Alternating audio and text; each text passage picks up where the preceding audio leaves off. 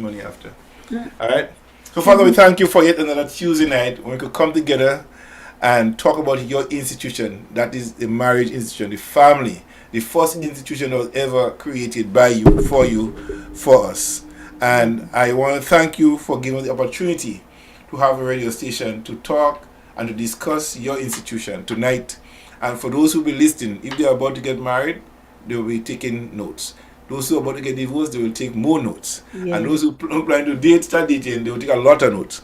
So, Hallelujah. so Father, I put everything into your hands and let you guide over us tonight. Not our will, but your will be done as we abide in your kingdom laws. Amen. Amen. Amen. All right. So right off the back, let me tell you, Where are the little girls? Where are our little they come in. friends? They come in? They Okay. come. They be Good coming. night, Sister Smith. She's on Facebook. Good night. Okay. So let me tell you, Friday night when we started prayer meeting, okay, for the last 5 months I was not able to play music directly on Facebook because you keep spotting, you hearing the voice but no music. Yeah. And Friday night you said, oh, I said the music get in trouble, I don't want to play music. You said, don't play it, just let it be, God go fix that. You know, after the session I decided to play the music and everybody stayed in right until 4 o'clock in the morning. Really? 4 o'clock in the morning listening to music. So I wonder why they staying, why are they staying? Because I wasn't concerned again because I said, well, you know, you're not working. Because I don't make a sense monitoring it to see if you're working good or not. So I keep playing music and people giving feedback. So I just playing the music and Sister Ingrid stayed until 4 o'clock until I closed down. Wow. Right? Wow. So Saturday morning I get on the radio and I start again and then I see a sentence showed up. It say original song for musicians. Off. And then they say I say I'm gonna click it. I click it and the music coming through like nice. Wow. So from since then that click is there because I remember I call my technical guy. They was the one who do all technical stuff. Right. And they came here to do some stuff and then after they do his stuff he played well. Tex and I go through one night and we work on it and he played. But for some reason it was not working again, period. So the music was just spotty. I just fed up by saying, oh, just do talk, no music. Right. So let the radio play, don't worry about if you want to hear music listen to the radio. So I would not play anything music on Facebook, on YouTube.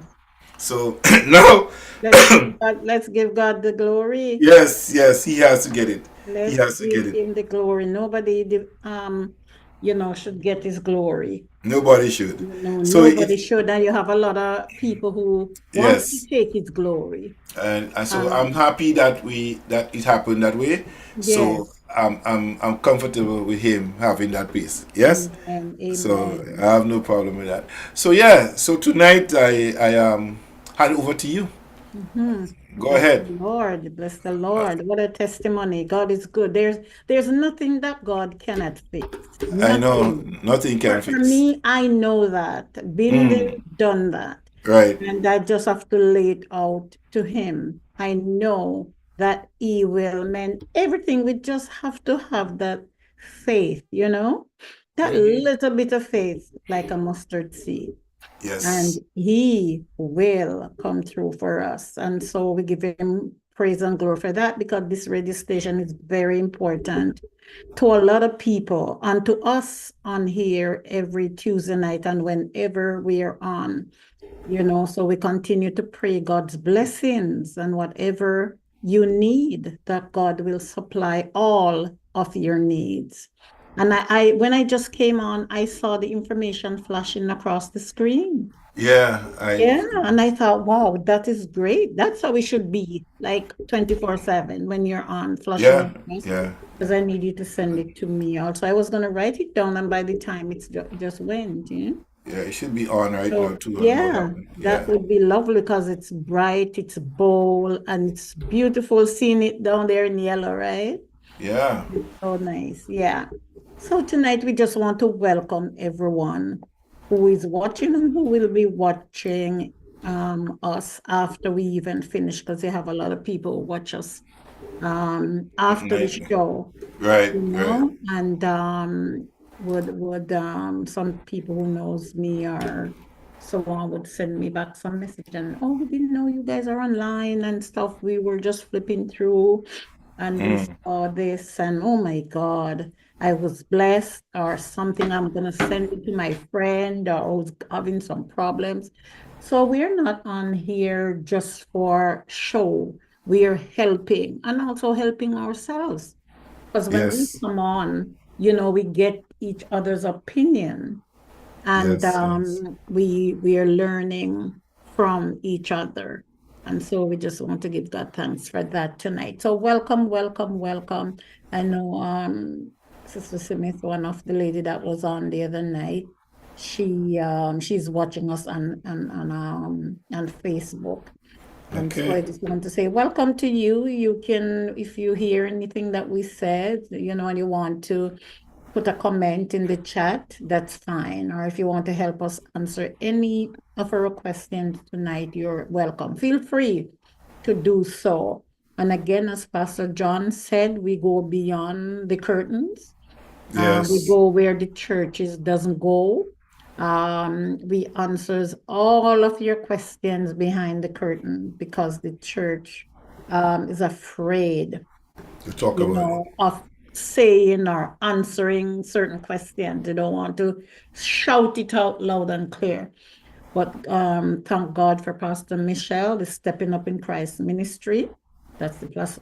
platform that we're sitting on tonight, you know, that put this program together so we can come together, you know, and speak our mind, tell the truth, tell some things about marriages that the church won't do. And so thank God for that. Welcome, welcome, welcome, Pastor John again.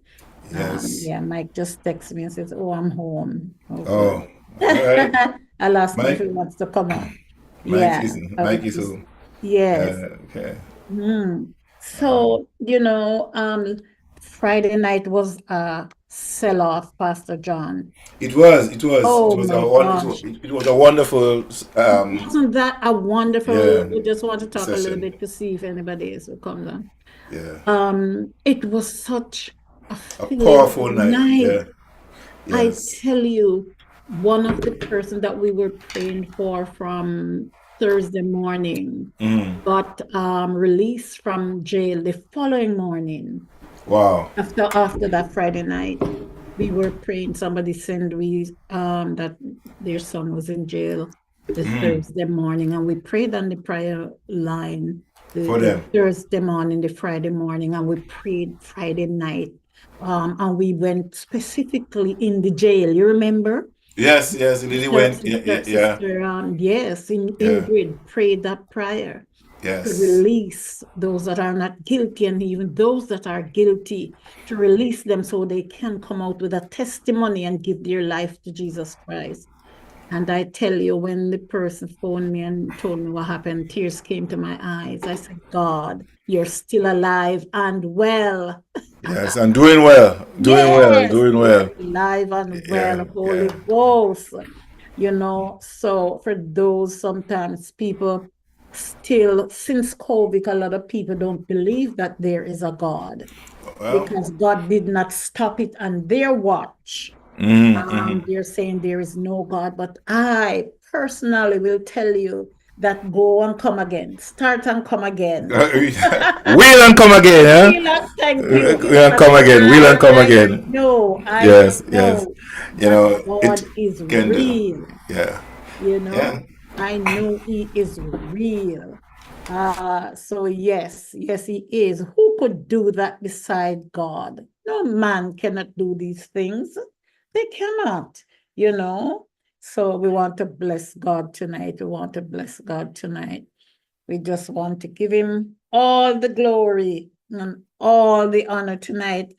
Yes, everybody phoned back and says, wow, we enjoy the night. And some people had to go to work, had to go to a wedding, had something early morning, but they still made the sacrifice and came out and listened to us and help us too, you know, to pray for our children. So we continue to do that, to pray for them that God will continue to bless them, cover them, because they need blood coverage more than anything else in this season. They need to be covered more than anything else. And so we will continue to pray for them. I didn't hear from Sister Veronica yet. Yeah. So tonight, Pastor John, we did not, last week we talked about, we didn't get into our program really. And I keep waiting on Sister Danielle because our first question, or question that we left 2 weeks ago about marriage is a business. I wanted us to discuss that, but we're going to wait until she's here. Is she coming on? Pastor John? Didn't say that she was not. She didn't say that she was not coming. I didn't get no message from her saying that she was not coming. So I guess she'll be probably working late or something. Okay. Yeah. Yeah, but I'm gonna, send her a text message. So, yes, because there's certain things that we want her to be a part of, and if she's not coming on, then I won't discuss it until she's coming on. Okay. I think people like her discussion too. She's a celebrity, a German film celebrity. Yes, that's wonderful. Okay, I'm telling you. So yes, so one of our question that was on that list was, when you are married and you're in trouble, who should we talk to? Who are the best people? I'll leave the other question until she comes on. Who are the best people we should speak to, Pastor John? Because I think some younger ones are having problems with it. Yeah. Well, for sellers, when first of all, once you realize you're marriage in trouble, and one of the things I always say, you have to be a good listener to your spouse. Yeah. A good listener. Yes, good listener. Very good listener. Not so much just hearing. A good listener to your spouse. There are indicators in their action and in their speech. So you'll pick up stuff that is not conducive to a healthy marriage. Yes? Yeah. And then you'll be able to talk to that person, your spouse, first. But anything you see. Number one. It may not be comfortable, but it may be the right thing to do. Yes, and sometimes you're gonna get the outside world said. Sometimes you cannot talk to your spouse, especially women trying to speak to their husbands. Sometimes it's difficult, yes. But I'm reminded of Ephesians, and I wish people use that more as a marriage vow than any other makeup vow. You might as well you gotta be happy, you gotta be cheerful, you gotta be submissive to one another. Make merry, sing psalms and hymns, and be merry. I think when people do not have, and I say this before I really definitely go into the answers, people marry dead people. Women marry men with no dream, no vision. Right. Yes? Yes. Men marry women who not buy into the vision, can't see the vision, can't see where they're going. Men have women in their life, they can envision them doing what they're doing because they don't have nothing for themselves. And they feel bad because all they have probably is a good sex, a good just good sex you could give. Right? You only could give sex and good romance and take on trips or take him on trips and stuff like that. That's what they have to give. They have no plans for the future, really. Right. So you have a frustrated, and that doesn't work anymore. Right, and you have a frustrated women who are educated, talented, smart, clever, everything you want to put, they have it together. And this brother doesn't have everything to offer. All right, so that's a frustration level right there. So when that is happening, if she can't get to him, there's a seeking counsel. And most time men don't want to go to counsels. They don't want to take counsel because they what they saying, I don't want my business outside. Okay, so they refuse good counsel, godly counseling. All right, so I say the first person to talk to is spouse. If you identify anything wrong, deal with it right there, right then. I'm a believer in that, right? Sometimes I ask my wife stuff, and it made me comfortable for her to answer me sometimes. I know, but I have to ask it, yes. Yes. And I have to speak my truth, right? I think that it might be a kind of a contentiousness and sometimes because some people might feel offended when you tell them something that you know what I mean? You want to feel happy, but you have to say it because at the end of the day, you're trying to cultivate, right, a healthy marriage, and by talking to that spouse of yours, sometimes they don't listen to you, they don't hear in you, they ignore everything you're saying, and you have other people, and that's where people don't want the botheration. Eh? You're always pushing me, always bugging me, always saying, and that is a wedge that drives the marriage apart. So I always believe that one, you talk to your spouse, and if you see it, probably you should go to God first with it, in prayer with it. Yeah. If you're a man of God, if you engross yourself in the, because let me say, marriage have rules in the kingdom rules. They people marry outside the kingdom that they govern, they don't have the kingdom principle to live by. Live by the worldly principles of marriage outside of that. Right? Even though they go to church, they don't function in a godly environment.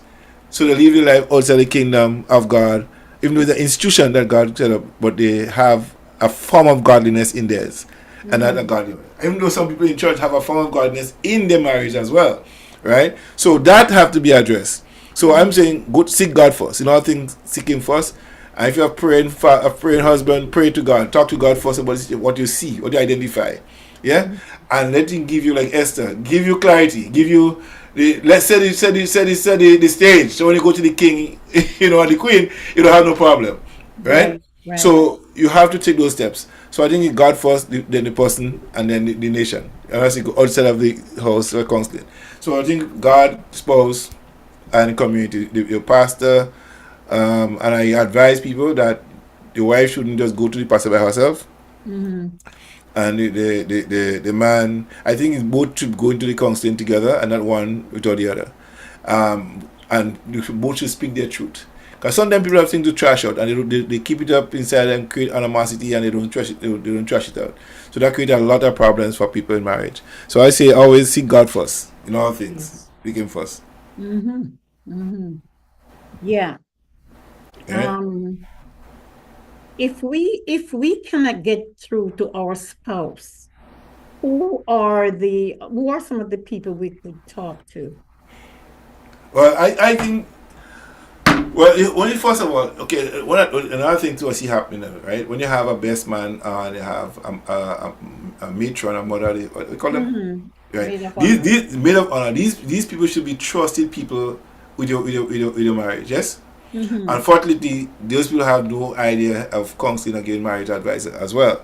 So yeah, because I notice people are taking these little young people who they're not even married as their maid of honor. Yeah, so that's a problem right there.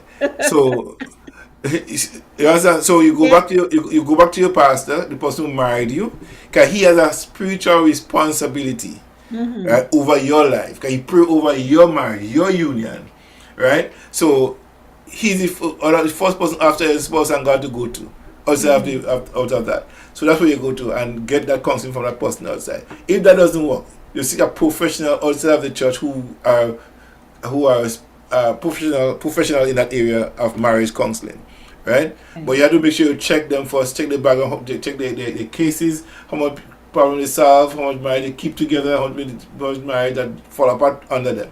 So all of this have to be considered before you go and telling people your situation. So you said the pastor who marries you, with honor, your best man, and what did you just say? I was writing. Yeah, I was saying, or you get professional help. Professional help from outside, yes, who have experienced, like say 10 to 15 years experience, 10 20 years experience in marriage counseling, right? Yeah, see a counselor. Yeah, see a counselor, because that way you could get. I have a form that I use, right, for people who in crisis, marriage crisis. I give the spouse each spouse one to fill out. Yeah, I'm trying to feel where I have them. I have them file some. I gotta pull them up because I haven't done it in a while.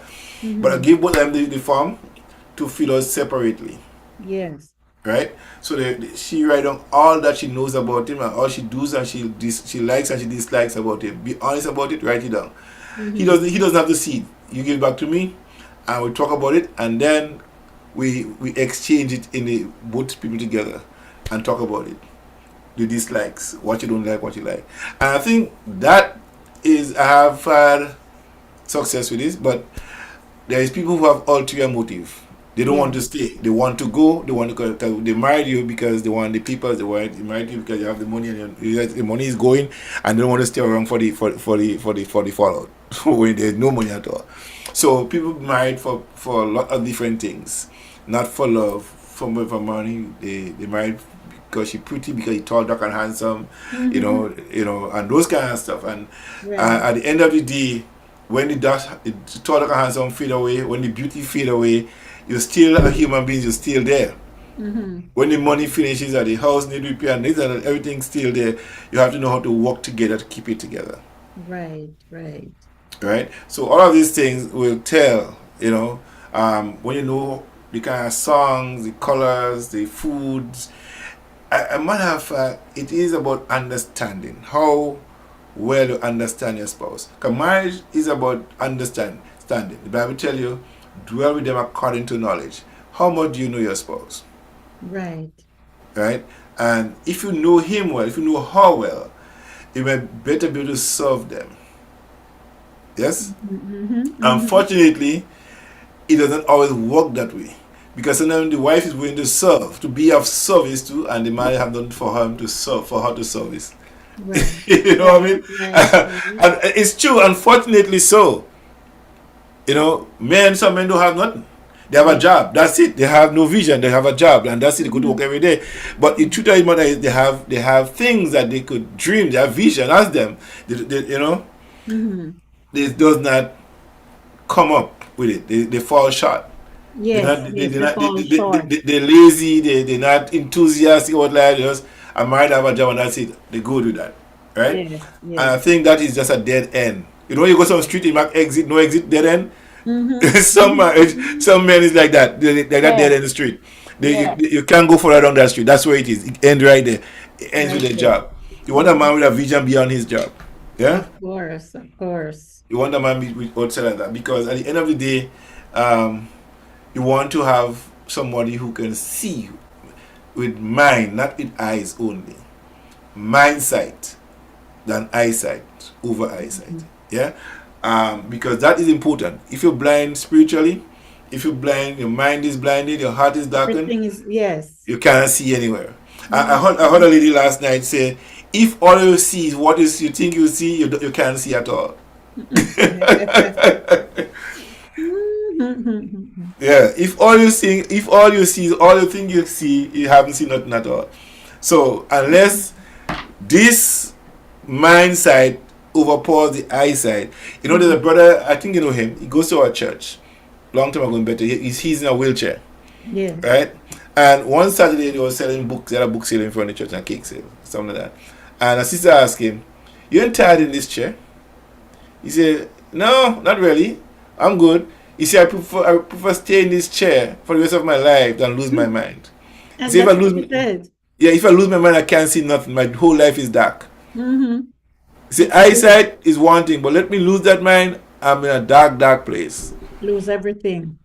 Because if you have no dream, I tell you, you're a dead person. Mm-hmm. If you have no vision, you will perish. And worse yet, any man that rejects knowledge, it's not about him. It Mm. affects 3 to the 4th generation of his. Any Amen. man. And it takes a wise woman and the offspring, the children, to recognize when they see something not happening right with them, go back and check what father, grandfather, great grandfather have done and Yes. change it right now so you don't affect your generation going down. Wow. It's That important. is so true. You call generational curses, right? But Yes. sometimes we bring curses on ourselves because we rejecting knowledge. Yep.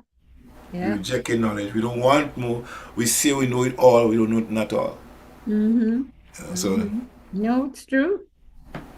It's true. You have people like that who don't want to know anything else.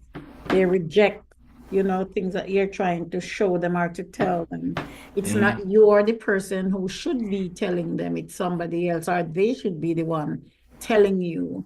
Especially husband and wife. Sometimes you find these kind of things among husband and wife, and sometimes you wonder, um, why these things happen. Because if you're Mm. married, you're supposed to take counseling from each other, Exactly. I think right? sometimes, I think when a woman is educated, super educated, Mm-hmm. I think men should see it as a crown of glory for him.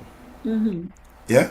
You should Yes. see that woman that is educated, very educated, to see that as a crown for him, that she covers him because she has the intellect. She could promote him, she could push him. And I think with me, that's one of the things I always say. And people say, well, you always talk about your late wife, you da, da, da, da, da, da, da, da, right? Right, And right. my progressive achievements came from that relationship. Mm-hmm. Mm-hmm. Some people say, I can't remember who said it. There's a famous quote by somebody. All I am, all I hope to be a Les Brown. He said, all I am, all I hope to be, I owe it to my mother. Yes. Yes, Yes. Yes. and because she groomed him, she set him up for success. Amen. Wasn't Malcolm X, wasn't Martin Luther King, wasn't Gandhi. His mother was his hero. Right, right. Right? A lot of times we have people in our lives that are heroes, but we look at external people as their hero. I see my late wife not just as a wife anymore, late wife, but I see her as a hero. The person who push and pull John. Okay, what you doing? Let's go, let's go, let's go, let's go. I could do that. And Mm-hmm. she said, let's do this. The vision for this relationship we have here today, it Mm-hmm. wasn't just all mine. I mean, a mother, we talk about it, we put it on paper, and when we launched the magazine, the night she went up on the stage when her time to speak, she said, and in 10 years' time, we'll be having a radio station. Put it in your calendar from today, 10 years from today. Well, it didn't happen in 10, it happened in 12. And she was not around to see it happen. But she envisioned it Right. happening in a big way, To speak it into speaking to existence. Yes? mm-hmm. Mm-hmm. So here I am speaking about it, and I could never stop mentioning the dreamer behind the vision. Yeah, behind the dream. Yeah. Right? So I am always mindful of how I started, where I started from, and who was there in the starting. Now my wife is taking the other part of the baton and running with it. I saw, I think it was Miles Monroe show a demonstration where a man died and they put a baton in his hand. Yeah? And he go to his grave, pass the baton on to nobody. Mm. Died with it. What a sad state. Mm-mm. To never pass. You see, you could start the 4x4 100 meter, but you can't run all the legs for yourself. You have to pass it to somebody else until you come to the last person. Yes? Mm-hmm. So life is a relay. And when you're going, you make sure you pass That's the button. the Yeah. button on. And this happens in your relationship. Mm-hmm. Mm-hmm. Good night, Sister Daniela. Hello? Hello, Sister Daniela. It's great, pass the button on to nobody. Okay. It's okay. Sorry. She probably not ready to. She probably just put on, but she will come on shortly. Yes. Okay. Yeah. Mm-hmm. I'm telling you. Mm-hmm. Okay. Good night. Hi. Mm. How are Good you night. tonight? I'm okay. Okay. Yeah. Just Okay, we're good. came in from work. Yeah. Yeah. Thanks. This light is too bright. No, Sorry. let's say my light is too bright. Okay. The light is too bright. Your future is like that light or what? I get my doctor. Like the light. I get my doctors to watch you later on. Then your future is so bright. I got sunglasses to watch you. That's right. That's right. Welcome, welcome, welcome. Yeah. Yeah. How was your day today? Okay. Adjust your camera a little bit to your right. Beautiful. Is that okay? No, Thank okay. you. No. A little bit again. All right. No, Okay. you keep moving back. Yeah. Is this Okay. ring Okay. light? You know what I mean? Oh yeah. Trying to. The camera itself. Get the camera Okay. to it. Yeah. Okay. Gosh. There you Jiggle go. yourself to your right a little bit. Jiggle yourself more. Okay. Yeah. All right. Beautiful. Yeah. All right. All One right. second. Let me just 1 second, guys. Yeah. Go ahead. All right. Yeah. So that's the thing. You have to be able to pass the baton on, and life is like that. So when we talk about leadership, we talk about leadership from the home first, Right. and one must be able to address the future by dealing with in the present. You know, you have to prepare your future in the present. You can't wait until you Right. get there to do it. Usain Bolt trained for 5 years to run 9.2 seconds. Can you imagine that? I'm telling you. Question Mm, is, what are you putting in right now for your success in 20 years? mm, I'm And telling you. marriage is a lot of work. So if you didn't put in the It's a work, lot of work. It's a lot of work. don't expect to be successful. It's a lot of work. Yeah, you're right. You're right. You You know, have and to put the work in. you have to invest in a marriage. Yeah, you You have to. know, You have to. people spend money on the wedding, not on the marriage. It's sad. They spend Yeah. $80,000 on a wedding, and they spend probably Dollar. zero Holy, on a holy. And yeah, nothing, right. you know? So when they Yeah. do that, like the same person buy a Mercedes Benz for $120,000, right? And Mm-hmm. every week, every 3 months, the week you get service for probably $4,000 with oil Mm-hmm. change and everything like that, right? 3,000, Mm-hmm. about $1,000 to get it. Some people buy expensive vehicles that cost a lot, Land Rovers that cost a lot to change the oil Yeah. and to rotate tires and to things like that. It's cost a lot of money, right? Mm-hmm. For $120,000 vehicle. And the marriage, which is, should be worth more valuable than the vehicle, they spend more time and money on the vehicle and the marriage. They pamper the car and more than they pamper the wives. I Yeah. see it all the time. Oh, yeah. You All know? the time. And you wonder, okay, you married to the vehicle or what? Yeah. Yeah. But I think it's just something that men and women does. The car, the vehicle, whatever it is so dear to their heart. I don't see a lot of women treat it the way the men treats Men's, it, men, but men's, they love, I don't know what about it, but a guy spend 2,000, well, what is it, 3,000 something, $2,500 and some rims for a car. And that's a cheap one. He had like more expensive one and another vehicle. Like almost $7,000 in rims. Mhm.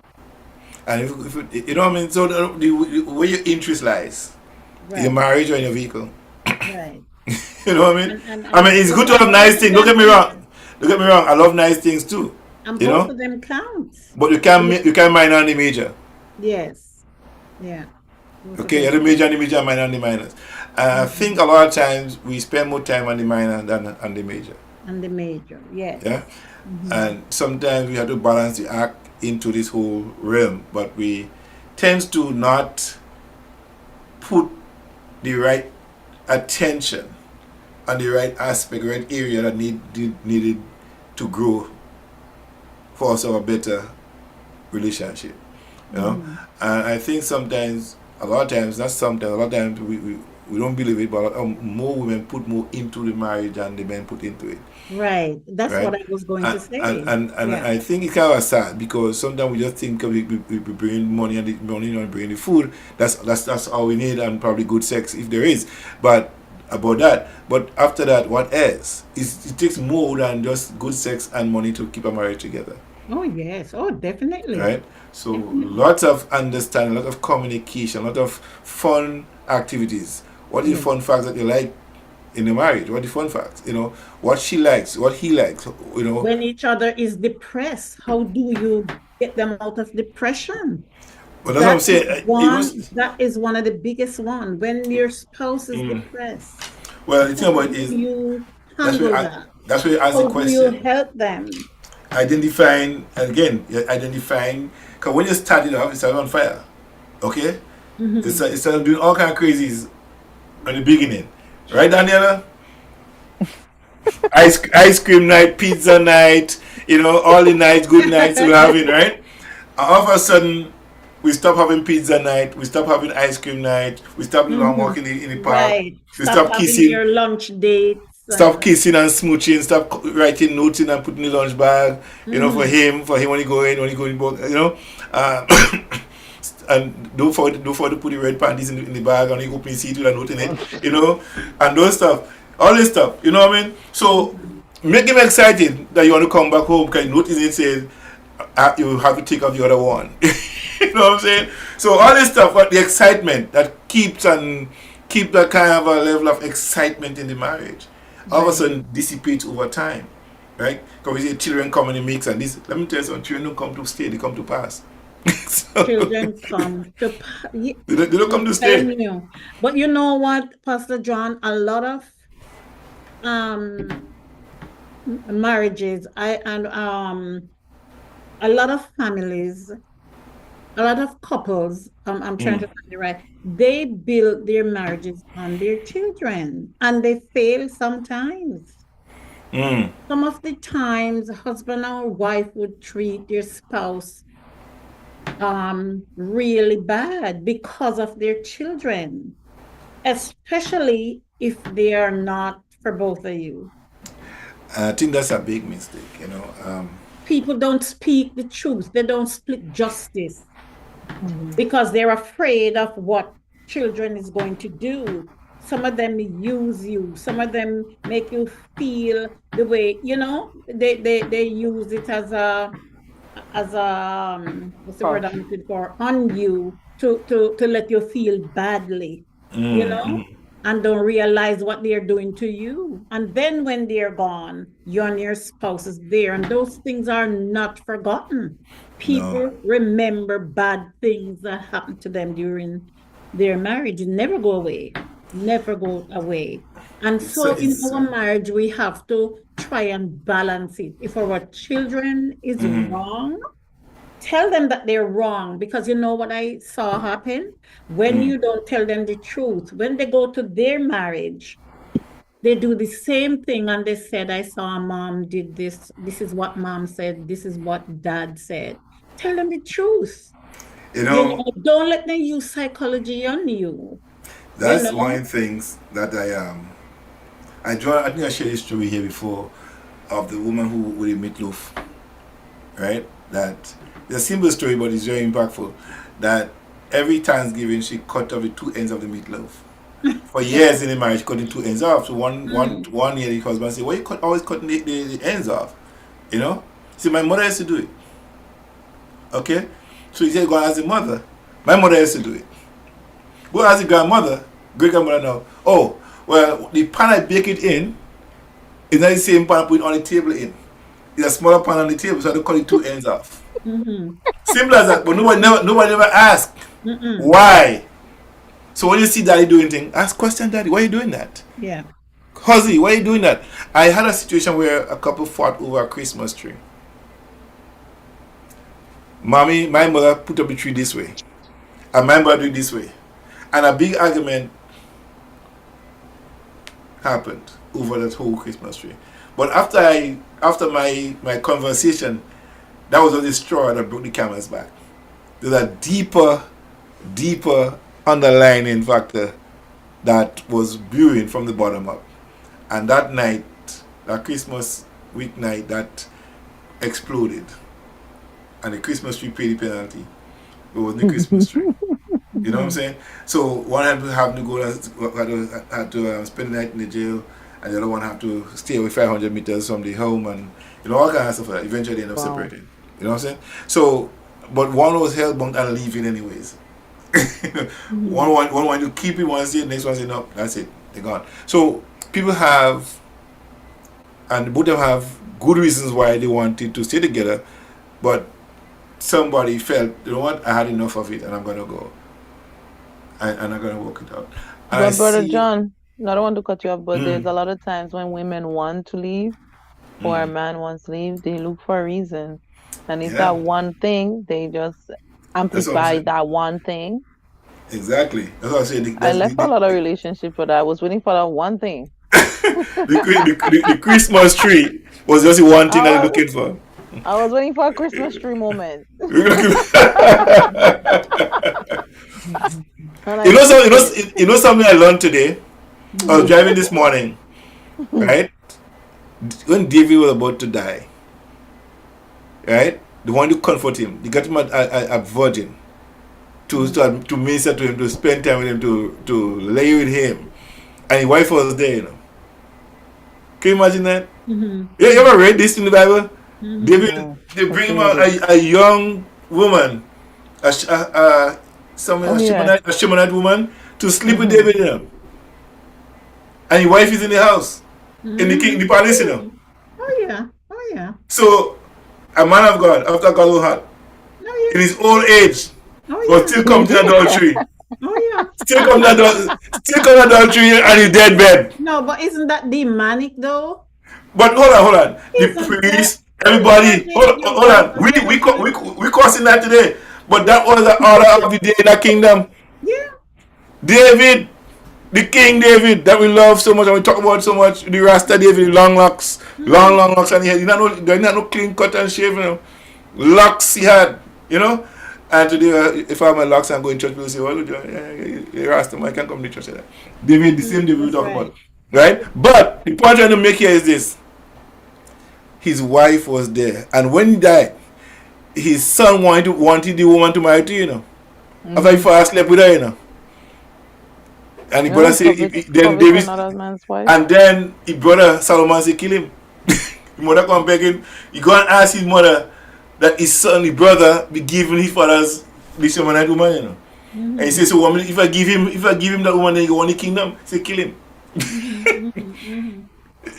That's why I always said these things in the Bible, they're there for us to correct these things.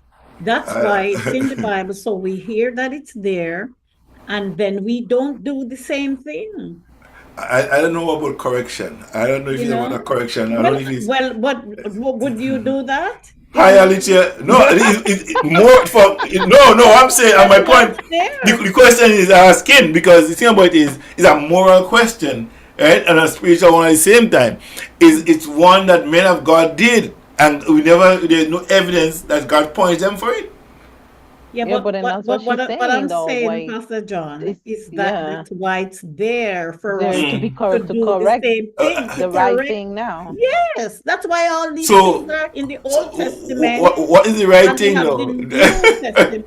Well, You it know- tell us in the commandment, don't covet another man's wife. Do not there's Yeah. so many Well, reasons why. That's why those commandments are there to guide us, right? But let me. Because Yeah, so it's even there. if someone, not because he did it, it's right. No, it's not right. But And what then I'm saying is that all of these things was not right in our sight. But what did God do to him for it?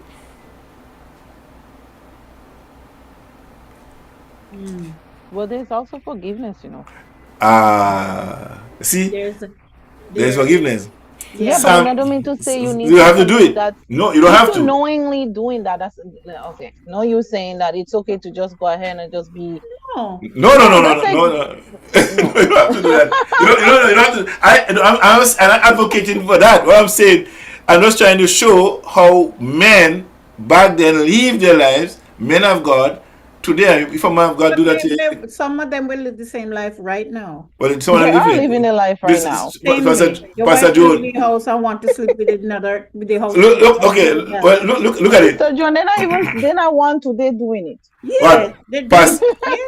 Pastor Joan. Yes, go Pastor ahead. Joan, our good friend Abraham. Right. I mean, Sarah tell him when she arrives, she can't have children. Go and sleep with the maid. I believe Abraham was sleeping there already. How you could be sleeping in my house and tell me, why would you go and sleep with the maid? And she would just accept. There must have been something going on before that she knew of. Look at Jacob. Well, women, we have our own intuition, and it was like, and that's our strength. Intuition, That's our strength. When you feel that thing in your pit of your stomach, don't doubt it. And she knew that.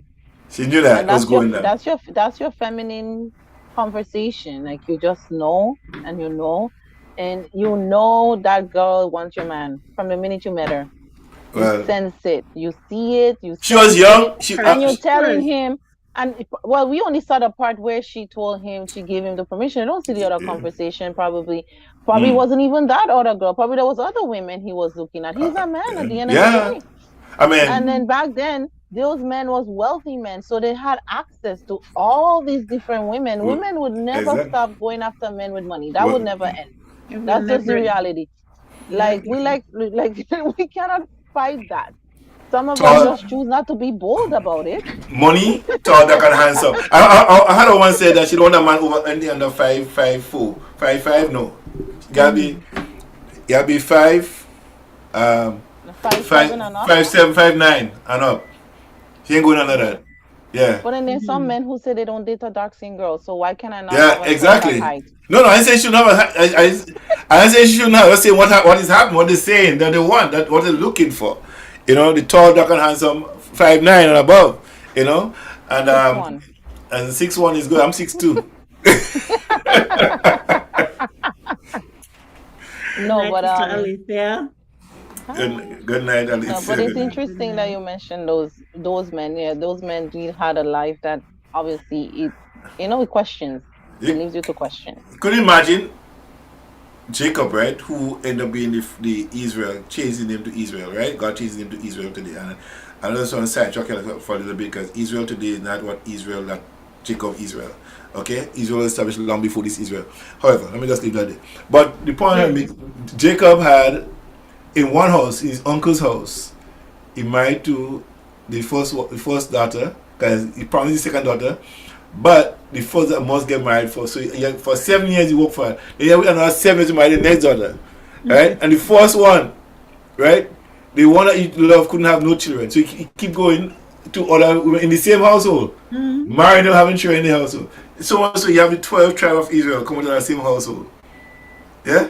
And then he ready to leave. And he wasn't from Jerusalem, he was from Damascus, Syria, and the Golan Heights. So still today, we still misrepresenting where Israel really come from, right? It's Damascus, Syria, not Jerusalem. However, all of that also to say that the people, what we call the rejected people. I think I sent out. I need to get one, Sister Joan. The condemned line of Jesus Christ. Yeah. The Samaritan people, Jesus said, go on to the lost sheep of Israel, but don't go to the Samaritan. You know why he said that? Read the scripture good. They was already selected. They was really chosen. Jacob people. Because when he got to them, he said, Jacob, our grandfather, give us this well. He gave them that land. Jacob gave it to them personally. So they was really already taken care of. They knew who the God was. They was in tune. But the Jewish people down the tongue didn't want them to come and assemble them. But when Jesus came by, he knew who he was going to, why he was going on that mountain up there. He didn't go there for water. He go to supply water to bring himself. I'm the man that come from that lineage. Right. Yes, I'm the King of Kings here. But having said all that, I want to update Sister Alice. Go ahead. I think we stray a little bit from the topic as usual, but we are. I was waiting on you ladies to come on. So we were discussing, when you're married, you guys are not or were or know something, and you're in trouble. Your marriage is in trouble. Who would you talk to? You're single. You have a boyfriend, and it's in trouble. Who would you speak to? Who would you go to? Who you confidant? Yeah, who's your confidant that you will go and speak to, about your relationship? So that's what we're talking about. And we skip and we dance and we're coming back, right? Thank you, Pastor Joan. Okay, Brother John? Yes, no, definitely. Great question. I love the question. I love the question too. Althea, you go first. Well, I mean, I see it in two parts, right? I mean, if you were married or in a long-term relationship, and I think I talked about this before, you have your best man and you have your best woman, and you have your immediate bridesmaids and bridegrooms. Like, they are the ones that stood there. But what happened, not cutting you off, hold your words. The thing about that is that sometimes what I've seen happening now, your bridesmaid and your groomsmen, they're not married.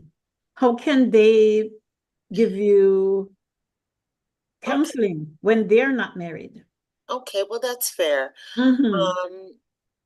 Yeah, well, then there has to be something done about that, because I've always been in that mindset that these people are the ones that are standing right. for you. It's the mindset. Yes. So they should be your counsel, because there should be somebody in that group that has experience that you can point to. But if not, I mean, you got married by your pastor. If your pastor is the one that suggested that you go to marriage counseling, find those people, find your pastor, find the deacon or the wife of the pastor. There should be somebody there that you can that you can get some support from and that can minister to you. Single people, I see it a little bit different. I'm single right now. And if I'm not able to talk to my partner about my concerns about the relationship, then I know that I have a trusted friend that grew up with me and that knows me very well. I would reach out to them. But see, I'm a therapist, and I find that, sometimes you can go to your really good friends and they're only going to give you the perspective based on their experience. That's right. That's right. That's right. And that could be fine, but there might be some of us that are carrying some wounds. So our perspective might be a little bit skewed based on our reaction to things and how it's affected us. Now, if I have some, that's why I would rather go to a therapist that's a neutral person that doesn't know anything about me, but they're really good at balancing out the perspective, because it's up to me to make the decision of who I want to connect with. But, I just have a list that I would go through. And I know that if I don't have an objective person in my immediate circle, then I'd have to go outside and find a neutral party, someone that doesn't know me, but can give a balanced perspective on the situation. Well said. Well said. Sir Daniel? Well, I look at it differently because I am single. And as I mentioned before, majority of my friends are married. But I'm a logical thinker in the group. So I do not look at it as because I'm single, I do not have I don't have the I don't know the right word, but I don't have the way of analyzing what's being said. Because if you no matter, it doesn't matter whether or not the person go to a therapist or they go to a pastor, that person is going to present their side of the story. That's the reality. So whether or not I'm going to, as someone who is non-partial to me and my husband or my partner, I am going to present how I felt in the situation, because I cannot express how that person felt. But remember, it's problems you're having. That's why. Yeah, but the problem I'm presenting is how I feel. People don't present a problem. They often present how they feel, how that problem affected them. So if my husband came into the house and he didn't greet me, I'm not going to say, oh, my husband didn't come into the house. Oh, you came into the house, you didn't talk to me. I'm going into that. I'm going into the emotional space. Logically, as a friend, I would ask my friend, so what happened? Why you think he did that? Does he does that all the time? Is this the first time? Did you talk to him about it first? And a lot of the times, women, partners, whoever it is, they don't talk to their partners first. So I will look at it. What is the issue you're presenting? There is something that is past you and your husband level that you guys cannot communicate. You take it to someone who can talk about it. But if I know my friend, like I know Althea since she's 10 years old, there's certain things about Althea that her husband still doesn't know that I can say, girl, you tripping. And as a friend, you will tell your girlfriend when she's tripping and she's acting out like, you acting wild right now. So that's what, so I don't believe it has anything to do with because I'm not married. I'm a woman at the same time, and I have relationships with women, I have relationship with friends. So I understand that in every relationship they have to have respect. So there's ways I could analyze what she's saying based on what she's saying. When he talks to me now, he's gonna come and present it in another way. He may say, this is not what I intended to do. That wasn't the reaction I was expecting. She took it to the next, she went far left with it. I wasn't expecting that. So there's always two sides of the story, and in the middle is the truth. And it's how to bring those two people together to communicate. And I say, for me, I will go to my mom first. That's my mom is my cornerstone. I go to her first and I will tell her, hey, what do you think? It depends on the kind of mother that you have, because there's some but the question you asked was, what would I do? So that's what I'm Yes, saying. I yes. personally would, Some I will go mothers to my will, mom first. yes, good idea, but there's some parents that they're gonna take your side. They don't split justice. That's fine. That's where we always run to if we're having a great relationship with our parents. Yeah, That's but where we run first. that's what Dana's saying. That you ask who, and she's going to her mom first. Cause that's the feel comfortable talking about Yeah, her like I will problem. go to my mom first and Yeah. explain to her and tell her, Mom, I did this. And my mom is a very logical person. She will listen, and at the same time, she will whip me into shape. And if he's the person is wrong, she will say, Danny, you know what? He was wrong for saying that. If he said that this is based on what you're saying, if this is the case, then yes, you were wrong or he was wrong. But I am 100%, and I will stand on my word that I don't believe that I have to be married to take advice from a non-married person. You as a person have to know your friends. So you need to know every one of us have our friends compartmentalized. I don't know about you, but there's some friends I will not even tell them anything personal, and some friends I can go really deep with them. So they're saying that they're not hearing us, Pastor John. They don't go hearing you. They're not hearing us. So Pastor John, you can, I don't know. Somebody can go on Facebook. Huh? Let me try on Facebook on my end here. Can you hear me? We're hearing you. We're hearing you. The people from the outer world. We're hearing each other. Oh, which channel, Sister Joan? I think it's Facebook they're on. Okay. I think. Let me go on Pastor John thing and see. Brother John? Yeah. You there? We're hearing you. Yeah, they said they're hearing him, but they're not hearing us.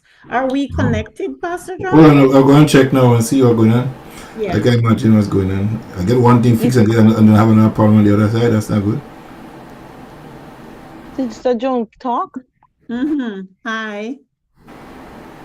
Hello. Are you hearing me, Daniel? We're hearing you. Yeah, we are hearing each other. Yeah, I'm hearing. Are we connected? Yeah. Yeah. No, it's I know we also on YouTube though. Yeah, we're also on YouTube, but you're hearing it here on the phone. Hi. I'm hearing. Right, so probably it's their thing. Are you hearing me, Daniel? Yeah, I can hear you guys. It's on delay though. Yeah. Yeah, so I would say my cornerstone is my mommy. My mom and I have a really close relationship. She's like my sister. So I would talk to her, and I discovered that when it's so funny when you're young and you're a teenager, you don't want to talk to your mother. You're like, mommy kisses, all this nonsense. Yeah. But then when I turned 20, after my breakup, is when I realized how much I missed out on my mom, and I missed out on a lot of lessons. Yeah. Well, for me, married, and if I have a problem, I would never call one of my single friends. They have no I think experience. I think it's also age group. Yeah, they have no experience. They're gonna tell me from their perspective, not from the marriage perspective. And that's okay. When you get married, you're gonna think differently. You will think just like what No, I wouldn't. Now. I'm still Daniela. I was and I did not know. Yeah, but it's okay for you. You see, that's what with the younger set of people, they don't understand until they get there. I've seen it, I've heard it, and I've been there. I was in a relationship and I was married, and I did not let go my. No, I was living common law together. 100%, everything was shared. The only thing we didn't do was go down the aisle, and I did not let go my friends. And I will tell you, if I did let go my friends during that breakup, my friends, the same single friends, was the one that put me back, housed me, from a place for me to stay, helped me move back to Toronto. And it's because I did not turn my back on them. You cannot turn your back on your friends. No, but then that's what I'm saying. Because of them, I'm saying I don't know your friends, and I don't know what kind of single friends they are and what type of mindset they have, but I know my friends and I know I have what they 3 want sets from of me. friends. 3 sets. Yeah. Yeah. So that's why I'm saying it's important to know the type of friends you have. Even if I have friends, there's some friends that they're obviously I'm not gonna talk deep because it takes a certain person to go deep with me. But I am happy I didn't turn my back on them because if it wasn't for me, if it wasn't for them, Right. I would not be Daniela today. Right. I was on the verge of 6 feet below. So as so I'm saying at that level where you are, you on that ground level, like, and you need that person to pick you up. They pick me up, and to this day, they're still by my side, supporting me in everything I do. So, and I wasn't bashing when I was with my ex. I wasn't. Everybody thought everything was amazing, but I would, and then maybe if I spoke up earlier, I would have seen things that I wasn't in a healthy relationship. But because I was trying to keep everything and say, oh, I don't want people to know and I don't want to and I don't want to. Right. Sometimes you need that single friend to open your eyes. To really, because we talking about marriage, but there's some marriages people are in unhealthy marriages. Of course. I'm not saying here that you divorce, but some people went in it for the wrong reason. They get advice from a pastor. Some pastors are there to fill up the churches. They're not truly there for the health of that relationship. And then who is the one that actually get the bad blunt of it is a woman. The woman is the one that has to conform to that Proverbs 31 woman thing, but the man doesn't have to conform. There is he's a man, it's expected for him to cheat. He's a man, it's expected for him to be angry. He's a man. That's how they think. But that's what's happening. So this is where a lot of So unfortunately, some of us do need, I always say we need that boss friend, you need that spiritual friend, you need that. So then you pick that person when you need them. That's just me. I'm a resource girl. I make sure I find the resources when I need it. Okay, here is one of our viewers have a comment. I want to share with you guys. Says here, when there is a problem in a marriage, the best thing is to talk to your spouse first, in a loving way, using wisdom and understanding, knowing the person's communication style and choosing the right time, environment and atmosphere is important. Timing is vital. That is the key. The right time. You know, and I hear you, Nurse D. Yeah? Nurse D. No, it's okay. Yeah. No, but I say this to say. Who said that, Pastor John? One of the viewers. Know the name. Oh.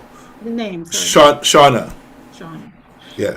But when I analyze a lot of this stuff and I see and heard a lot of people, there are good friends, yes, that have an eyes for you. They listen to you, and they are critical thinkers as well. Yes, they may not have been in a marriage, but they are critical thinkers that can solve problems. Yes, and sometimes you can take a mechanic to teach you how to ride a horse. Teach you how to cook. Right, because you never live the experience. Yes. So, unlived experience may not be the right person to give you advice. But however, where person-to-person relationship is concerned, you could use that person as a counselor into dealing with the truth. Because once some people get factual information before them, they could be able to decipher what it is and what step to take. Sometimes they have not really walked the walk, but when they have met so many people from different marriages, they had discussion with them. Walk the walk, talk the talk. Yes, and they'll be able to give you that based on the study, because some people study marriages. Some people study, like for example, in my thing, I had to study people, right, to do my job. I could read somebody's face by when they turn their head, when they swing their shoulder, all this stuff on it, right? And that helps me to communicate effectively with people, because I could tell, well, if this person lying to me, I could tell two things. If they don't think they do, they will not watch you in your eyes. They will swing their shoulders to the left or right or something like that. You pick it up really quick, right? But in marriage, when somebody, when people in marriage and they're having problems, you could see it on them, yeah. And I could pull them aside and say, "Hey, what's going on?" I watched a situation happen in my church, right? And it's not happening because I'm married, but there is certain traits in people, and the shift take place. You will see the shifting, yeah. So a single person could see a shift in Daniela. Hey, Daniela, what's going on there with you now? You start wearing braids and covering your left eyes. Or somebody, you got blue eyes, Sometimes, she all been wearing busted up. Yeah. And she have a banks covering the left eyes, and then she wearing sunglasses inside, and then she's wearing arms out. She start wearing long sleeves, to come to work, all this kind of stuff like that. You start realizing that she's not doing lipstick as she used to do. She's not doing she eyelashes. All these are changing. So there's a pattern that is changing. The pattern going up and down instead of going in a straight line now. So you start saying, hey, I notice that you're changing. There's a shift going on. What's going on here? For the better. Not for the better. And I tell people out there, look at the co-workers, especially those who are married. Look at them. You will see there is a shift in their behavior. Right? They're not going out for lunch with you as before, because the husband will tell the husband to go out for lunch. He said, no more lunch for you, no more outside. You go to stay inside, go to your lunch and stay inside. And why Sonia not going for lunch anymore? So Sonia is now traumatized, abused, verbally and psychologically. So much so she's withdrawing herself from the people she know or she work with for 8.5 hours, 9 hours. So that person could say, hey, let me talk to you a little bit. And I noticed that about you.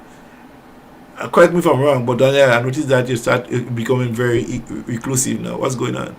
Is there a problem at home? Is there something that with us? Are we at home? And I have to ask them, because then you see it, you say, hey, you got to get that fixed. Right? You got to get this fixed. Because if you don't get it fixed, because let me tell you something. In this country, 24 hours of separation, the person dies. 24 hours of a separation. Most women get killed, become a victim of in the separation. Even when they have restraining order. Are you on YouTube now? Yeah. Okay. Yeah, I'm on YouTube. Go ahead. Sorry. Yeah. So as we speak, I'm talking about marriage and stuff too. As we speak right now, by the time the clock at 12 o'clock, over 3,000 women will be heading to our shelter tonight. 3,000 plus. Accompanying them, over 2,940 children will go into a shelter. I check it out. Look at it, you'll see. Just correct me if I'm already statistics to change now to more women now. Every 6 days a woman is killed in Canada. Every 6 days. In England, it's every 3 days. In the United States, every 2 days, a woman is killed by her significant other within 24 hours of separation. So the level of abuse that takes place in marriages is outstanding. Yes. It's a really job. It's really terrible. And even though they're not killed, they are traumatized. They're even afraid to go out to try another relationship because of the abuse they've been through. And some women stay in a relationship because the man will tell them, who else go want you after finish with you? Your family don't want you, your children don't like you, your friends don't really like you. They just, all these things they'll use against you. So the question is, who do I talk to when I start having problems in marriage? Talk to your spouse first. Number one, you should. But as I asked the question before, and we answered that, if suppose they cannot talk with the person, because there's a lot of men that's very stubborn, and even women too, they don't want to talk. And this one friend of mine, she said something that was shocking to me. She said when she get home, she had done something and she needed her, like when you go out, you put on a dress and you remember you need to zip up the back of the dress. And she couldn't ask her husband to help her do that. Really? That shocked me. Like that I was like, because that is like, oh, they're too impatient to do that. Like, oh, No way. Mike but that's will what I'm button my saying. shoes on a Sunday morning. I'll But say, that's what honey, I'm could saying. you buckle my shoes for me? Lotion your feet before you put on your shoe, even hold, Look, but not a Oh lot of men. no, he will buckle my shoes. I don't do laundry, but my Mm. wife would never leave this house with a rampant dress. I'm making sure I iron the dress before she leaves. Her pants. Okay. Oh So yeah, you see? She not going to my daughter had the biggest fight over rampant clothes right now. Me and Genesis. yeah, but yeah, my Genesis Genesis got a pants. She go. I say, hey, where going that? You know what I mean? Come again. You're not going outside with that rampant pants. You mad? So for me, I want to see when my wife leave the house. She looking good. You know what I'm saying? I want to make sure she clothes is well put together on her. Actually, I do my wife makeup most of the time. Yeah. It's my wife's makeup. No, I'm serious. Yeah. I do my wife makeup. You didn't know that? Ask her anytime you see her. Ask her. Yeah, you said it. Well, I will look at it more attentively when I see Like, it. that my husband won't do that part. You won't do that? No, Yeah. Even when my wife put on she makeup, she said, "Couldn't fix that for me." Oh, that's Unless you amazing. like How did makeup you know how artist. to do that, John? Huh? I find that interesting because I noticed that the highest paid makeup artists are men. Yeah. You know, my late wife and I did dressing for success, right? So we did this course how men should dress, how women should dress, do color draping and stuff like that with artistry. So I take all the classes that she take. Okay. Right? That's cool. So we all work together tag team. So whatever she learn, I learn it too. Yeah, I work in that industry for a long time too. But Sister Joan, want to go back to Sister Joan's question. Yes. When the man doesn't want to talk, counsel, yeah. the husband doesn't want to, and then as you say, it doesn't matter if you talk to them amicably or calm or It however. doesn't matter. Mm. Some of them just don't want to talk. They don't want to talk about it. They just ice you out. How do you move on? Because that's a very tough situation, and that's what, and unfortunately, and that's what I was saying. No, that's where you get that unhealthy communication, because now you're desperate. And so you're seeking, because women, we need to vent. That's the only way for us to release however we feel. We could hold it all in, but it's only for so long. I'm sure After my a while, husband would shake your hand if he was ready. I would talk about the same thing from morning until night, and I'll talk about it tomorrow. And he will say, aren't you going to finish now? And I said, no, not until I suit myself. Right? Wow. You know, I have a confession to make on this show. He will ask, don't you think you can finish away with that? No. No.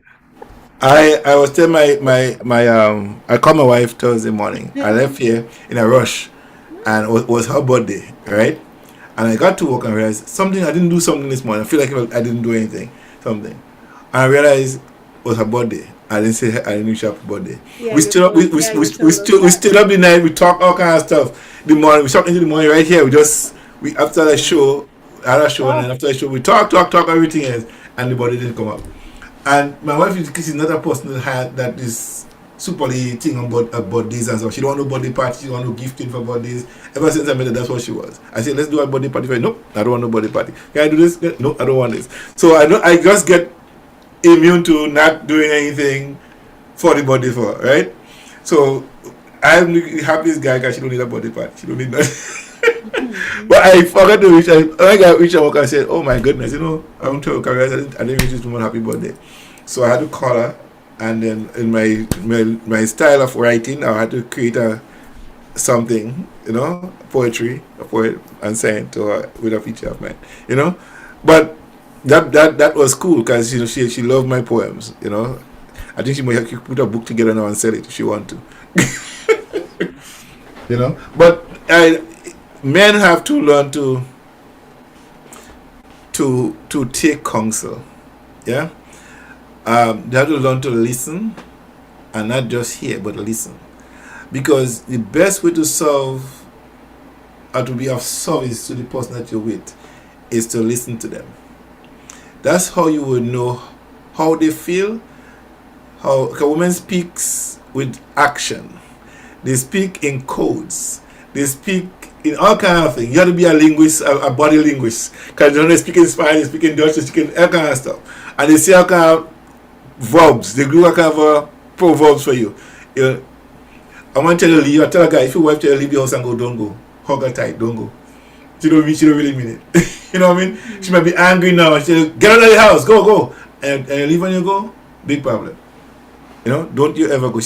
You go and have somebody else to go by, right?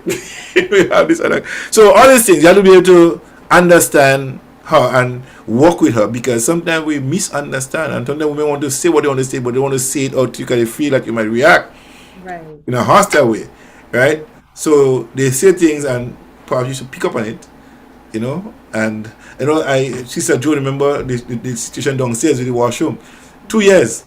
Yeah. You know, I begging somebody to do the washing for me, and the guys are bambling me until I meet the guy and walk one day. I say, I know this guy.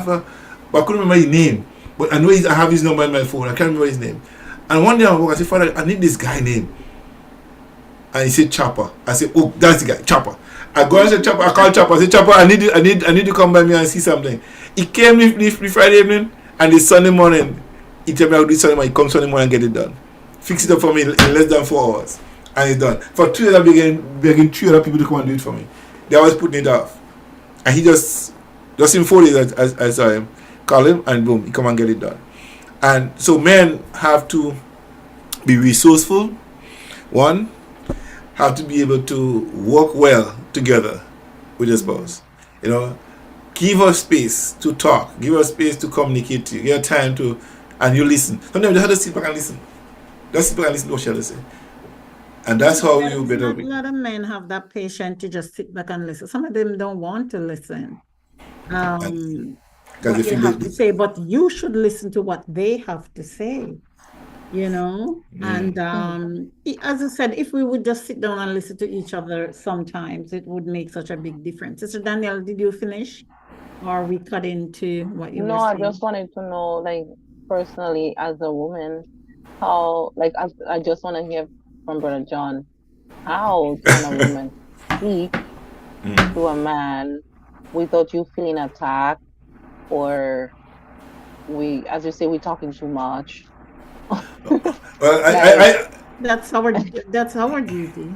Like I always say, how do you do it? Like, well, at least maybe we should learn something. Like, you know, I don't like, instead of bringing everything out once. Should we compartmentalize not to talk about? We should just hold on. topic. We should just stick with what we're talking about. Yeah, but no, hold on. Elaborate. We move off our topic and go into something else. We should just stick with what the problem is. Yeah, but I think for me, I say this, I'm a very easy person to communicate with. I'm not a difficult person. Ask my wife. I'm not a difficult. She'll say anything I say, you're okay with it. You know, if I don't like it, I'll tell her I don't like it. You know, I give her full reign to do things. I am not the person that helicopter over to see what is being done. You know, and allow that freedom to think and to do what you want to do. But if I call for an audit, I hoping to get an audit. You know what I'm saying? Give me accounts. You know, the good spoils, you know, in Luke chapter 15, 16, the bad steward, the good steward, yeah? I need an audit and I just get an audit. But I always believe that you could choose, that's why you knowledge, you have to know your partner, know what mood he in at any given time, when you could talk to him about certain things. If you're doing sex, you could talk to him about something, then use that time to talk to him about it. If you're over the dinner table, I know you come to talking about food or whatever your thing is, talk to him over that time. If you're watching sports and you don't like sports, find your time around the sports table and create a conversation around the sports with what you want to introduce to him. You gotta be creative. You don't bring in food when you're watching sports. You don't want to talk about food when you're watching sports. So find something that will draw his interest to bring in your topic in that conversation. You know? So you're always watching sports, but then join him and watch sports for once. You know, I heard this, Dr. Miles Monroe said, this woman come to Bible study, she come to song service, she come to youth meeting, she's everything, she never in church. So you tell her one son, he said, don't come to church, go back home. Go home, go home. Go and spend time with your husband. Mm-hmm. Yeah? You know, the next Sunday, the husband come to church. Of course. You want to see who's this pastor that's sending you right back home? Of course, but that's the way it should be. So he sits in the back. Hold on. He sat in the back for 2 Sundays. Then he move up the next. He come back. He start coming to church. Sir. Mm-hmm. The man end up being a pastor in the church. Wow. That's what I'm saying. That's wisdom. Why? Because women sometimes spend so much time in church and they forget they have a husband. Yeah. And men spend a lot of time in church for they have a wife to service. Remember, that's what Benny N did. He had to service your wife. Remarried his wife because he was spending all of his time in church and say God is first and the family second. And I think they divorce and after remarry again. I think the whole idea. I didn't know that. Yeah. I think the whole idea of God first. I think we're misunderstanding that. We're missing that. Misunderstanding that. Because you become one, and if you become one, you operate as an utter oneness. So your person togetherness will reverence God together as one. Yeah. So that person will understand this is guys. Your marriage. Fall apart. To God. He's not pleased with that. Exactly. He's not pleased with that. So the oneness is what's important. Mm-hmm. So you come one in cooperation. Mm-hmm. Yeah. So we're doing it together. So if we're moving together. Yeah. And I'm leaving my wife behind and go and do that. We're one flesh. We're in one accord. We're working together. We're moving together. You know. Mm-hmm. And that's why a lot of times you see our marriage in church fail, because sometimes men don't get it. Sometimes they feel like they have to go run and do stuff. And the wife saying, calm down, let's do this together. I gotta do for brother so and so. I gotta do for brother so, and all this kind of stuff they do, and they end up losing the marriage. Mm-hmm. What do you think? Go ahead. Veronica is on Facebook. Oh, yeah. What do you think that maybe, as we were saying, like, in the beginning, we hot and heavy on each other, and then the kids come, life happen, and then we're no longer hot and heavy. And often we get caught up with our own goals and we forget our joint goals. And that's when I was saying the last time why I believe a marriage is like a business. Mm-hmm. Yeah, we're coming up to that question right now. It's a business. We're gonna go right into it. I was gonna ask Sister Alyssa to give me her thing there on the same. But look here, we're gonna go right in there. Daniela touched the button right there. We're not leaving tonight without this question. Go ahead. Is marriage a business or not? I say it's like a business. I didn't say it's a business. It's like a business. Tell me. The reason I say, okay, so when you're dating, right? And we're going to have Sister Alyssa right after you, Sister Daniela. Then we'll give Pastor John the last say. Amen. So when you're dating, right? You researching, you're deciding, you're assessing that person, you're deciding, okay, is this person the right fit for me? It's the same thing like a business. You're gonna start researching. Oh, I want to get into a clothing business, but I don't know, is this the right business? So you're gonna start researching, okay, how much do I need to invest? How much I need to start with? So when you meet that person, you're also starting to see how much time I need to invest in that person to know if this person is the right person for me. Then that person and I, you realize, okay, you know what, this person and I, we communicating well, and there's enough that I see that this person and I can do this together. But there's one thing a business always have is a business goal. Whether it's a business goal, and it's the same goal you're going to have in your relationship. So the goal is to be married and to stay married. Your business goal or your mission statement to be, or to give back to society, or whatever the statement is. So you mirror that same thing in your business, and you mirror that same thing in your relationship. When you set a business, you need to have rules. How are you going to make money? How much money that I need to make to stay in business? What marketing I'm going to be using? How often I need to be checking the books? How often I need, who are my marketers? There's so many parts of it. How often do I check in? Do I have someone managing the finances? Do I have someone managing the marketing? Do I have someone managing the staff?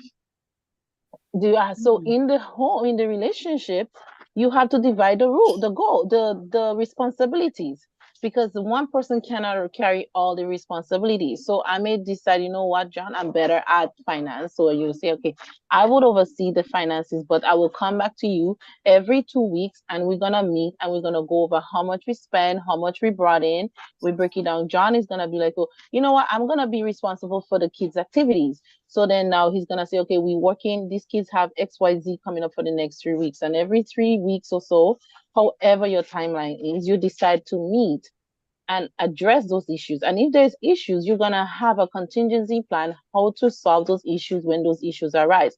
So if there's a fire, are we gonna keep the files in the home, or are we gonna keep it in the bank, or are we gonna keep it away from the business so we don't lose our data? In the home, you decide, okay, if there is something going on in our relationship, who we're gonna go to that we cannot talk to? We're gonna go to our pastor, or we're gonna have a person that we have that we can come in and talk to us. So that's how I say, no matter how you look at it, in my eye, if we treat it as a business and we are committed, at the end of the day, we both commit to that goal. The goal is marriage. The name of the business is A&J Marriage. And all those things that come under it is two people that needs to be together. If you have a partnership and one person is doing all the work, the business will fail. Mm-hmm. So if we're in a relationship and I feel like I'm carrying the weight of the relationship, the marriage will fail. So that's how in my eyes, I feel like logically, that's how I think. It is a business. So because we both have goals, and the goal at the end of the business is to stay successful, make a profit, and don't let the business die. And the business is me and my husband marriage. Mm-hmm. And so that's a nutshell. Okay. Starlita, what do you think? Do you think marriage is a business? Well, I mean, I was just thinking about, what a business entails and, what's a partnership. Mm-hmm. And I mean, the business, both people have to make decisions, but in a business, it's not always two people that make decisions. It could be just one person making the decisions, and the other person has to execute those decisions. Mm-hmm. So I like to see it more as a partnership where they're both making decisions. They're both deciding what needs to be done in the relationship. They're both talking about financial responsibilities. Now, I mean, if you want to be in a traditional relationship, then, the man is the one that leads. However, the woman still that's what I wanted to come around to also, the traditional marriage. Yeah. But then you said something, Alethea, a business can also be a partnership because it depends on how you register the business. You could register it into incorporation, or you could register it as a partnership. And if it's a partnership, you decide how you want to split the 70% or 30% of or the person could be a silent partner. So in a silent partner, that will be the traditional relationship. Well, so, I mean, go ahead. When you're a silent partner, go ahead. That means, you're just sitting joking. There. You're not saying anything. Don't take me serious. I'm just joking. No, I hear you. But I'm just saying, it's hard for women not to say anything. But you're right. There are some partnerships that the man, is the one that dictates everything. But I just don't find those ones are realistic, But for me, I like the equitable discussions that need to be made where both parties are going to be discussing their strengths and what they're good at. And then from there, that's how things are divided. And then, of course, the financial piece, that's something that also needs to be discussed. But, the transactions that may happen from a business sense, you're not necessarily getting that in a relationship because those transactions, it's always external, like for something. But when you're looking at a partnership, then those transactions mutually benefit the growth of the relationship, where in a business, it's not always about, it's about what you get. Well, I guess it could be both, so I'm a little bit biased. torn. Well, just a little bit torn there, because I don't really, it's just the piece about the transactional relationship, but then there are transactional marriages. I think sometimes we just want to be. When you hear business, you hear cold, and it seems like impersonal, right? But that's why I say, I didn't say it's a business. I say like a business. The key word is like. So that's why I kept repeating, it's like a business, because there's a lot of elements of a business that operates like in a relationship, because as Pastor Brother John always like to say, marriage is an institution. Yeah, it's just those transactional pieces is where, to me, it just changes. But there's times you have to be transactional. I mean, there's times where you being loving and kind and sweet, but then in the beginning of the business, you're passionate also. You have passion, you're like excited. I'll be right back. Getting my fan, I'm too hot. You have your someone is having splashes. Oh, stop it. Yeah, but I guess it's just the perspective. I just see the institution of marriage is a little bit different to me, because of the responsibilities and the equity that you want in a marriage, where in a business there might not be that same equity in decision making and positioning, Yeah, I don't know. I just see marriage is a little bit different in the fact that, the long-term growth and potential is for both parties, where in a business, it might just be one sole entity that might be reaping all those benefits. It depends on how you set up the business, though, because if the business is designed in this kind of conglomerate type of level, then you have shareholders and you have this and you have that. I wasn't talking about the complexity of a business. I'm just talking like the basic foundation of a business. And I was saying, in the beginning of any business, there's communication, and then there's goals, and then you identify those goals, and people come together with that common interest. That's what I was talking about when we talk about a relationship. It is like a business, because you are talking, you're assessing the person before you start dating. You're deciding whether this person is the right fit. You may talk to a friend of yours. It's the same way if someone is in a business, I say, I'll teach you. I see you doing this. I don't know how you did it. How can I get it? So before I decide to choose Peter, I may go to someone who may know Peter. Oh, what do you know about Peter? What type of person he is? So that's why I was just saying it's like a business. I'm not saying it is a business. No way it is a business. But there's elements from business that that is very mirroring who actually do in a relationship often. The thing about it, because it's not no formality, business is more formal. There's XYZ. Every Monday, Tuesday, we do this. Oh, sales this. It's very structured. And in a relationship, you go with the ebbs and flows of things. So your husband may be feeling sick, so you may have to be the one picking up the ball. Let me hear from my Pastor John. I just love how he just kept quiet. I'm so proud of him. Pastor John, darling, come on, let's give it to these young girls now. Oh, they're not young. Let's talk about our traditional marriage. What is that traditional marriage? What is a traditional marriage? Oh boy, what they just said. Well, marriage is a business. I still see it as a business partnership, working together, but it's also part of the institution. And everything that we do outside of the home is beginning in the house. Yes, everything. So we learn about money from our home first. We learn about sex from our home. If you taught that, we learn about health. We learn about banking. Everything from the home. Everything we do outside starts in the house. If there is a breakdown in the family, affects our church, our community, and the nation. Yes. So how well the marriage or the family structure is, it depends on how strong the church gonna be and how strong our community is gonna be. So when it comes to managing the marriage, and God called us to manage His resources, and the institution have resources to manage, and everybody doesn't have the same strength. Hence the reason why He asks us to become as one. And so the oneness is being teaming up together to work for the betterment of the institution, to create a humble, simple space that we could work with. And the man must take the lead, right? But doesn't mean that he had to manage every area of the operation. It simply means that he could oversee the operation, but not have to run every department of the operation. As a matter of fact, the Bible tells you a woman is to manage the household. All that means doesn't mean that she has to sleep and clean everything. Management doesn't mean you have to do everything, but you delegate. And it's written in the Bible. The man is the head, but the woman is the manager of the home.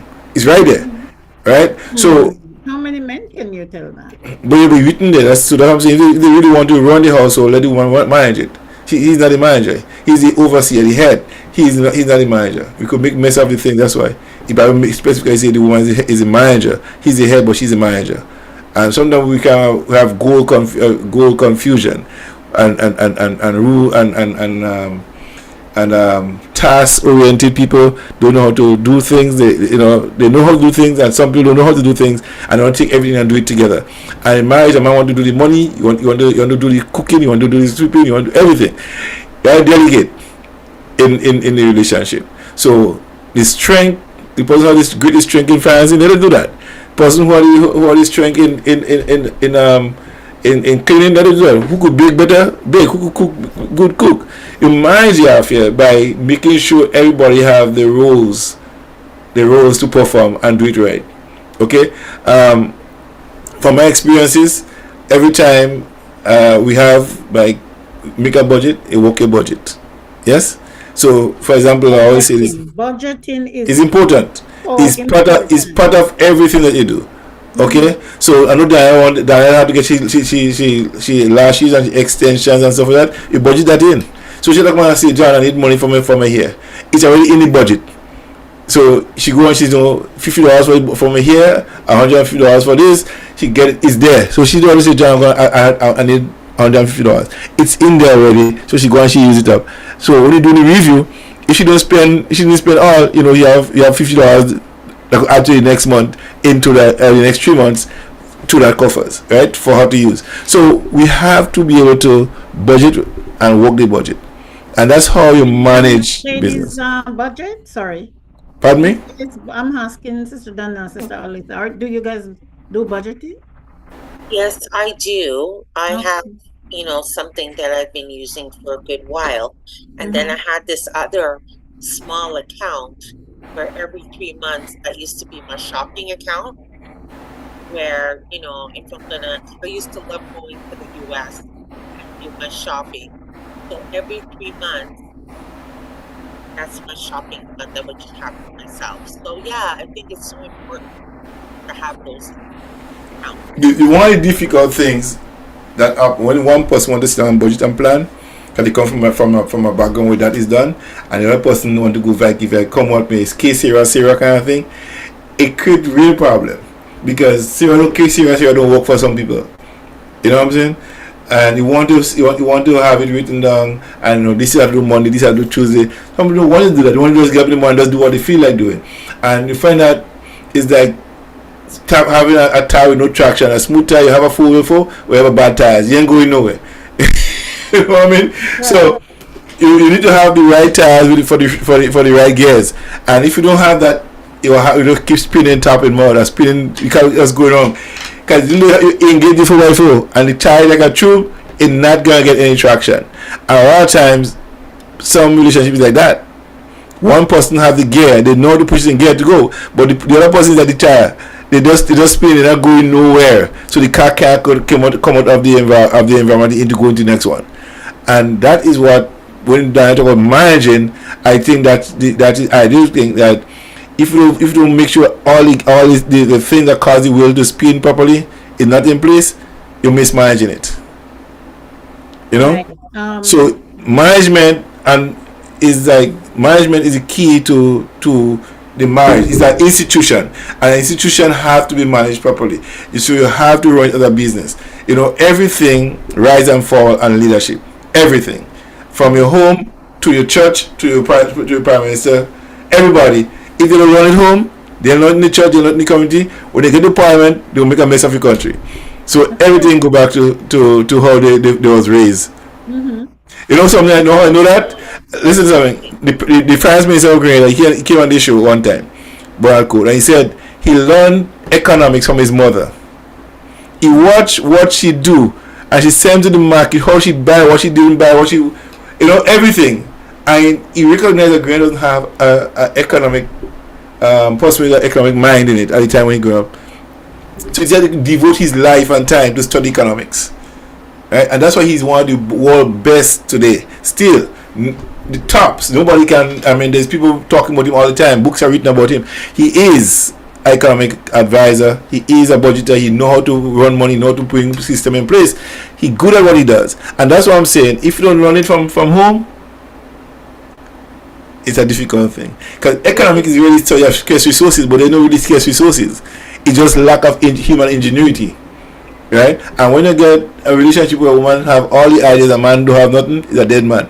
A lot of people married to dead people. I said before. You keep saying, I'm gonna say I have this to tonight. also add in the fact that when I was in high school, we had economics and accounting. Yeah, we did grade too. 12.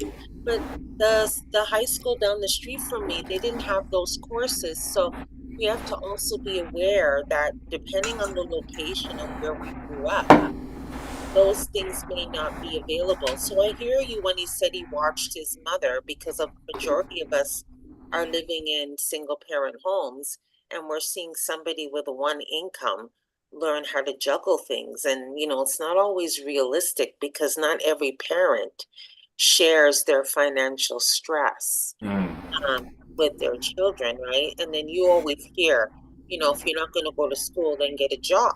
But I mean, there should be some other things that we need to discuss by telling our children the realities of what it's like on our income to manage things, because then later on they'll realize the value. I mean, I didn't get a job until I was 16, 17, and it was the same thing. Living with, you have other siblings, and then, you can only get a certain amount of things. And then you realize, what? In order for me to grow, I need to bring in more income. So you're going to go out and you're going to work and you're going to contribute and get your income. So, was that a big prerequisite? I want to ask John and also Joan. Was finances something that was addressed earlier on in the relationship, or did you feel, John, since you were the male, that you should have the majority of the responsibility? Because now I'm hearing with modern women, they don't want to get married for that reason, is that they don't, pooling their resources is very difficult for them if they haven't been in an environment where they've had to do that. Well, I go back to how I started, where I started to become who I am. My late wife was taking care of her father's business. He's a butcher, and she'll count the money with him in the night and everything like that. Make sure things. She went to school together. She did accounting. All right. She managed she worked for the credit union. She managed the finances. She come back and she worked for one of the second largest firm in Granville, like John Smith. And if you know Daniela, John Smith, she managed. She was the accountant for John Smith for about 3 years, right? That was across from the police station. Call me and call my father, right? She was the accountant for him, right? And when she came here, she went to school and become a certified accountant as well. So I've seen that. That's her strength. Money is her strength. She learned to manage money. Okay, so I don't get involved in that. I let her do that. Okay, so much so that I don't need to, when I come home, my paycheck goes it goes in the bank. That's what she managed all of that. Okay, now my wife too. I don't take care of. I don't run the finances. I let her do that, because that's not my great strength. I could tell you how things have to be done, what have to be done. Yes, so you prepare the budget for it, you plan it out for it. But I'm not going to dictate. I said, this and the other. You have to know what your limitations are and operate within your strength. Yes. Yes, operate with your strength. And what my strength is, I operate there. When it's her strength is, she operate there. But if I see as a head, I see there's a little level of mismanagement because I understand management. I see there's a mismanagement. I will pull it in. I say, hey, I think we have to pull back that. We have to take business. Can't do this. And I need this. We need this. Because at the end of the day, all right, people who manage money, not really people's manager. They can manage people, right? But people who manage people, but not finances. Right. Right. So you have to learn to balance that act of money management and people's management. So you have to be a very resourceful person to manage all, but you must have an idea how everything run, just in case. Right. You must be in the know. And the problem when you're not in the know, you could lose a lot. Yes. I have seen so many people lose a lot because they were not overseeing what they should be overseeing. Right. And that create a problem. But to answer your question directly, it's that who have the better understanding how money works, they are the one to run it. You can't just feel, okay, I'm the man and let me manage the finance and make a mess of it. No, the person who is good at it, let them do it. Well, I did accounting here, and budgeting was a part of it. Because I just know one day that I would be in my own business and I want to learn how to. And up until today, I do budgeting. I just bought my 2025 calendar today to start to write down things every month. I didn't do mine yet. Tomorrow I will be because I was busy over the weekend. At the end of every month, I write down everything that I have to pay. I write my mortgage. If you're paying rent, you write it down, how much groceries, money you spend for the month for groceries, everything that you buy. You have miscellaneous because there's some little things that you forget. What you did, so miscellaneous, I'll probably put $50 for that. Every bill that I paid at the end of the month, I tally them, I total them up and see, did I buy some clothes? It's $200. Did I need that? No. Next month, I won't make that mistake again and go and spend $200 because I have it on paper. It is so important. You don't know until you know. Sister Daniela, if you didn't start it, start to do this September. Get an exercise book and just start to name them. Mortgage, rent, phone bill, water bill, whatever you have to do. And you're going to see the difference. Some of these things you look at your phone bill and you thought, I'm paying $200 per month. You know, you don't have to pay $200. You can pay $150 because you can call the company and get a better. Somebody called me yesterday from Bell. My cell phone is with Bell. Oh, they have a 40% discount for me. Can you imagine? 40%. And I make sure it was from Bell. Right? I says, I'm going to call him from the number that you're calling me from to make sure, because it did not say Bell on the phone. He just came in and says, I'm from Bell and I want to give you a 40% on your, and I said, okay, stay on hold. I'll go and check to make sure you're calling from there. You know, so sometimes when you look back on what you spend for the month, you will make next month, you will make a change. You will say, no, I'm not going to spend so much next month. And if you spend $1,000 this month, next month, you might spend $800. And you have to remember your savings, because that's a part of it. If it's even $20 a month, you have to make sure you have that put away, because there's not enough money now to save. But $20 a month, you know, remember your life insurance. Remember all these little things that you buy, that you have. Some people, because they have the house, they don't bother to buy life insurance, right? Because you have to insure the house. So a lot of people don't, but it's up to your budget.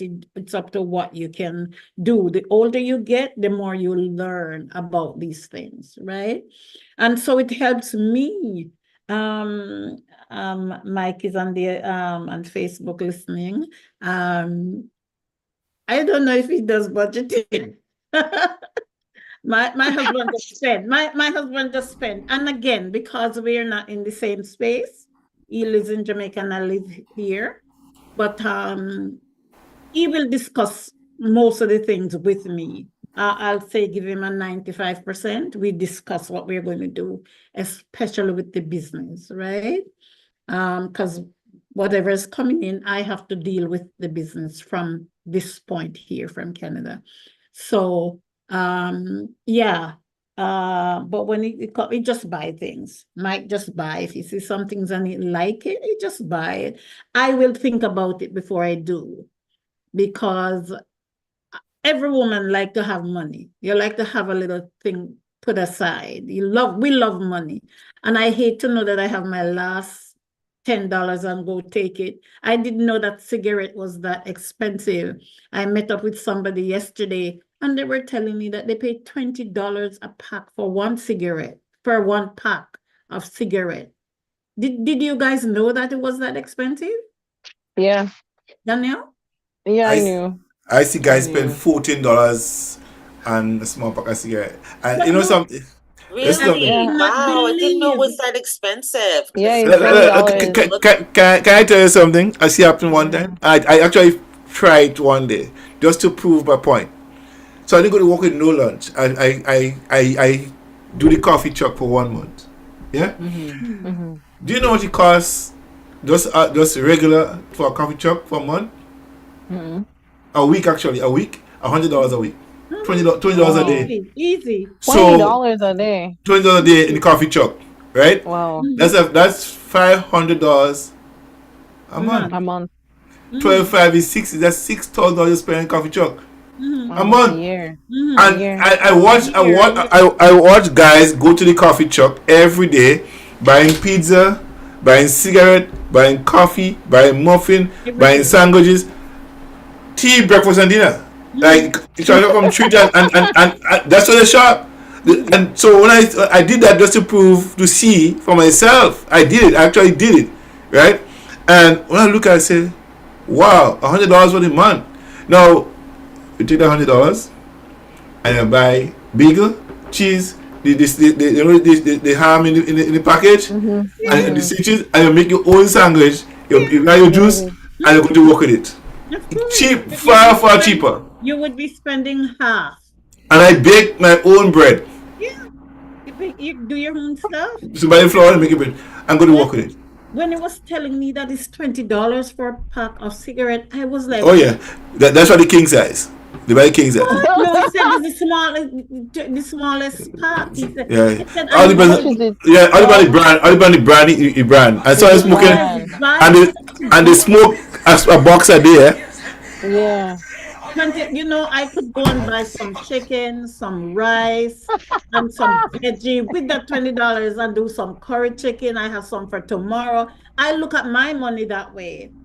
I tell my husband, I probably tell him, could you get me a pack of paper towel?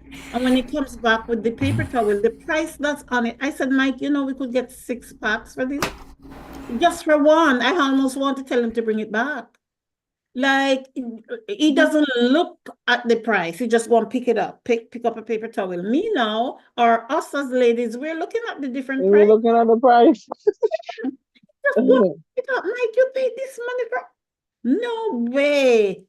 You know, so I really love to budget. And I love me because of that, because I know that I'm safe with my money. If I go there and do something with my money that I'm not supposed to do with it, let me tell you, I don't feel comfortable all night. I think about taking it back tomorrow.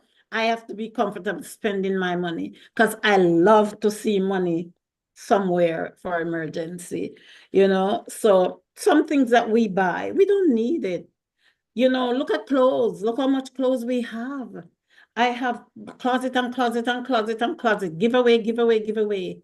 And as my daughters say, Mom, you gave them away, you're gonna replenish. You're gonna buy more and put. And you just give away all these clothes, but then I stop. Especially since I turned 65. Even worse. I'm not going to no work. I'm not buying. I just cut my eyes and just said, thank you, no thank you. We used to go shopping every week, me and Pastor Joy and 4 of us go out shopping, or 3 of us, every week. Every week. When we're coming back, the kid says, Mom, you guys went to Buffalo? And I used to love those Buffalo shopping days. I'd go to 3 I know, malls. they were good. That's how packed the van is coming back. Yeah. So I stopped. Teachers' My days. girlfriend came from Jamaica the other day, and she said, "How comes, Johnny? How come?" She stayed with me. "How comes you're not going shopping?" I said, "For what? What do I need? I only need food and to pay my bills. That's it. I don't need clothes." She was amazed. I did not go no shopping. I didn't call Pastor Joy for us to go no shopping. I said, let it be still. So budgeting is very important for those of you that are listening to us tonight. It is very important. Just try it, and you're gonna thank me for that. It's worked for me for years. I don't stop budgeting. Do budgeting, write everything down, and it makes a difference. And I'm sure Pastor John's wife does that. Yeah. I'm sure she has a list of things. Start doing that, and you're gonna see the difference in spending your money. You're gonna be very careful in spending it, because you're gonna go back the next month. It's September. If you start at the end of September, when you do the October one, you're gonna go over it every month and look at it and see, oh, I spent 200 this month, I spent 100 this month. And instead it increases, it goes down every month until it becomes December, because in December we have to spend more, because we have all these little kids, and for that too, we cut down a lot on our Christmas gifts too. We just buy for the little ones that are looking for it. The older ones, we just have potluck, and everybody just bring a meal, and we have a wonderful dinner, wonderful time, with family. So yes, we can save money by budgeting, do some little bit of counting. I put everything down every month and check my money first. So yes, give that a try, Sister Danielle. Yeah, it's so important to keep that. And even with your financial planning, if you go and see an advisor and you want to do your long-term savings plan, that's the first thing they ask you. Write down all your expenses, everything that you have to pay every month. Yeah.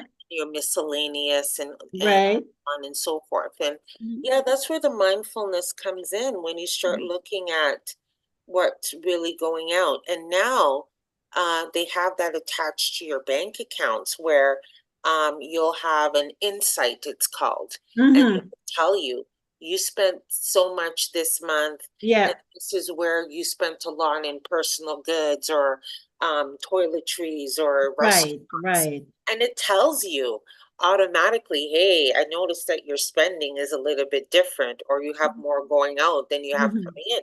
More coming So, in. I mean, if people aren't really focused on it, there are other ways where you can get those insights. But I mean, if we're looking at our future and we want to save, if you have a good pension plan, then you're great. But other than that, this is a good time. For those that have the pension plan and it's not that great, you can also put a little extra.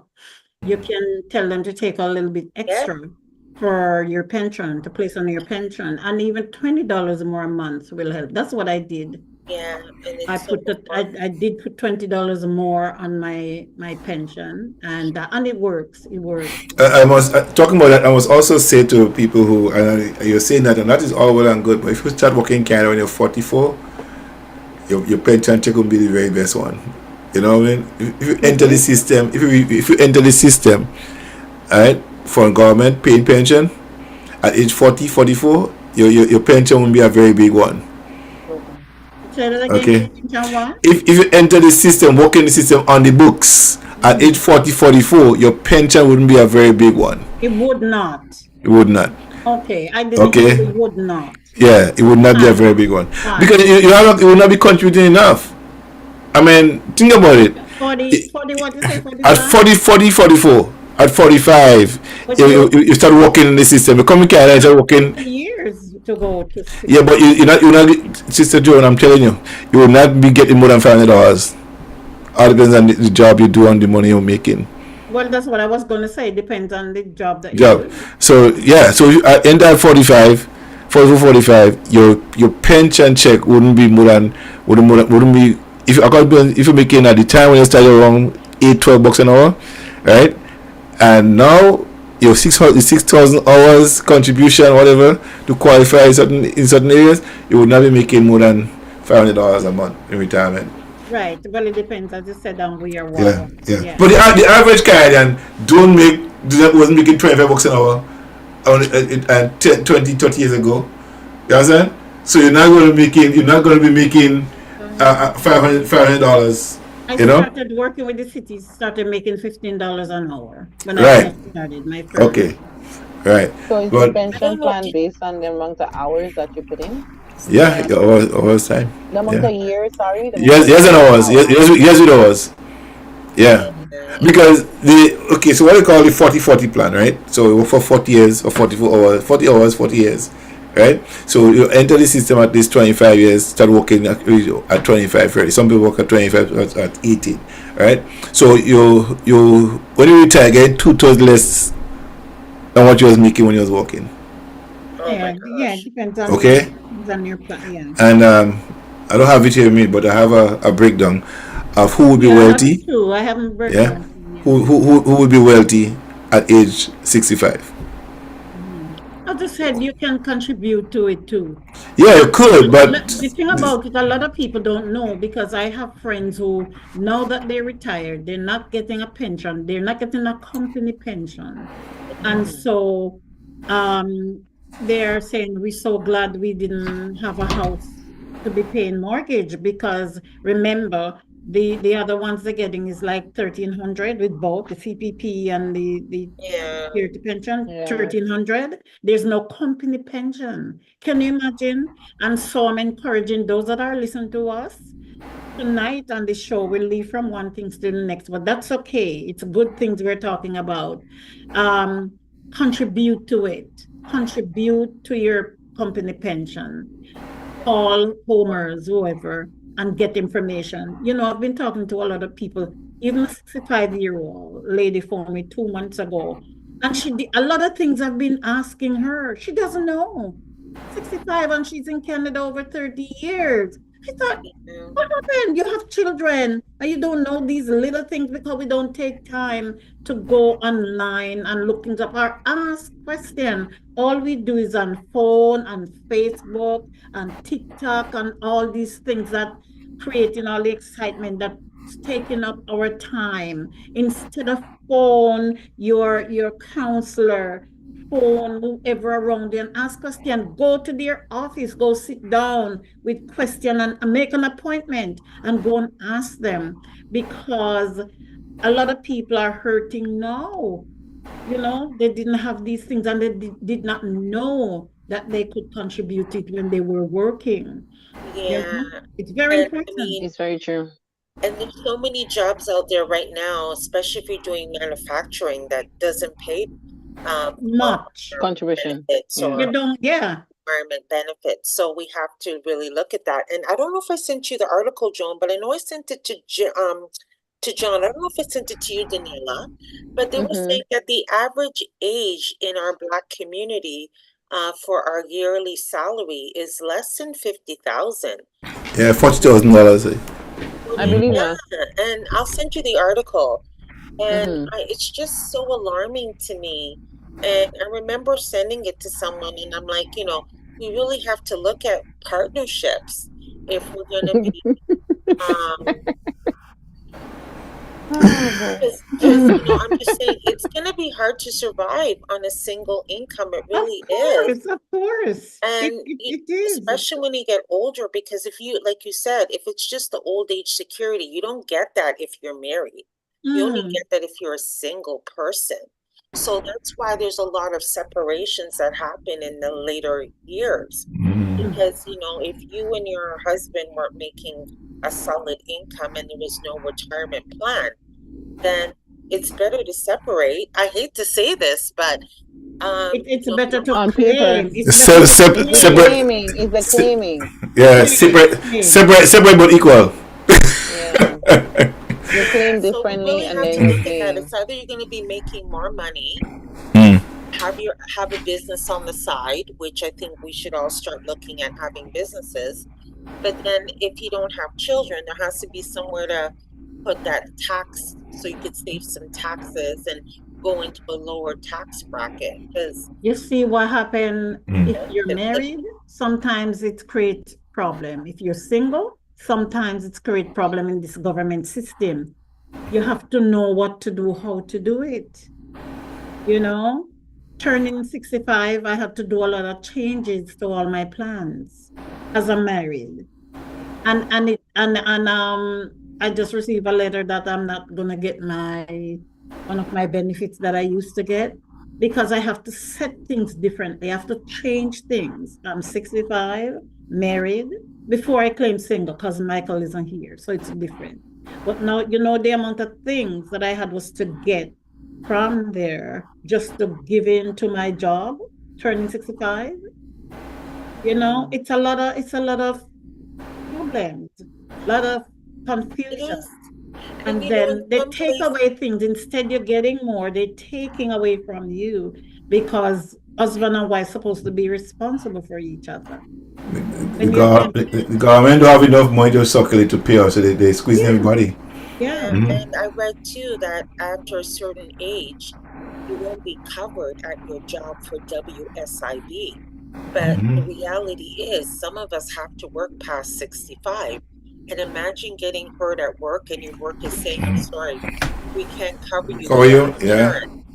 So it's a touchy one. That's why I'm wondering, like, I hear people saying, at 65 they want to end working, but I think maybe it might be earlier that we should be thinking about. Let me tell you, sister, you touch a right point. If you retire before 65, you will be able to get a payout. I learned all these things during the midst of my retirement. You will be able, if it's even a year before, you will be able to get a year's payout from your job, plus your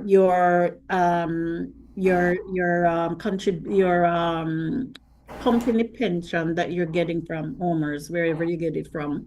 It will be more. I learned all these things because when I was going to survive, I make sure I started to go to all these classes, listen to, the union and all of that, just to know how to make the choice, what choice you should make. And those people, I mean, there's people who own homeowners too. The government taking a reverse mortgage is something that you could look into, especially if you don't have enough money to go around.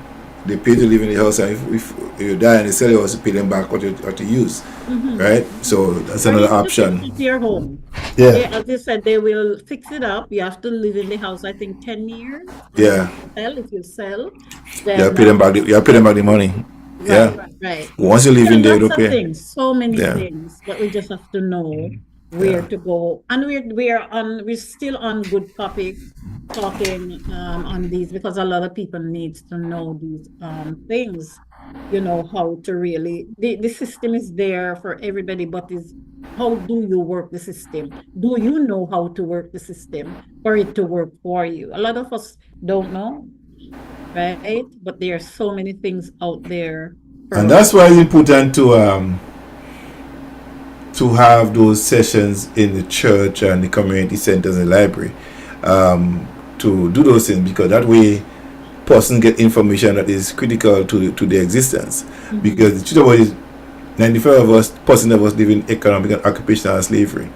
Yes, and by the time we get to know it, we are chain bound to a empty grave.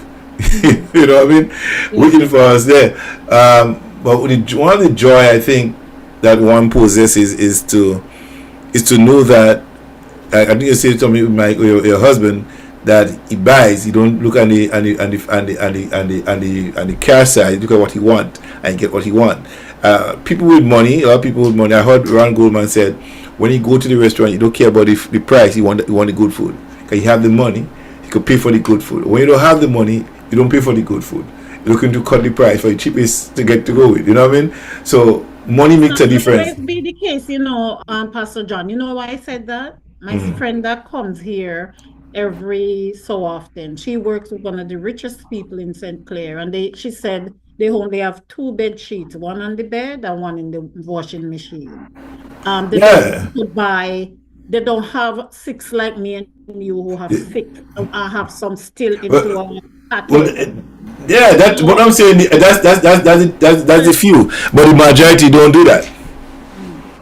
You know what I'm saying? Why do you think they get rich? People get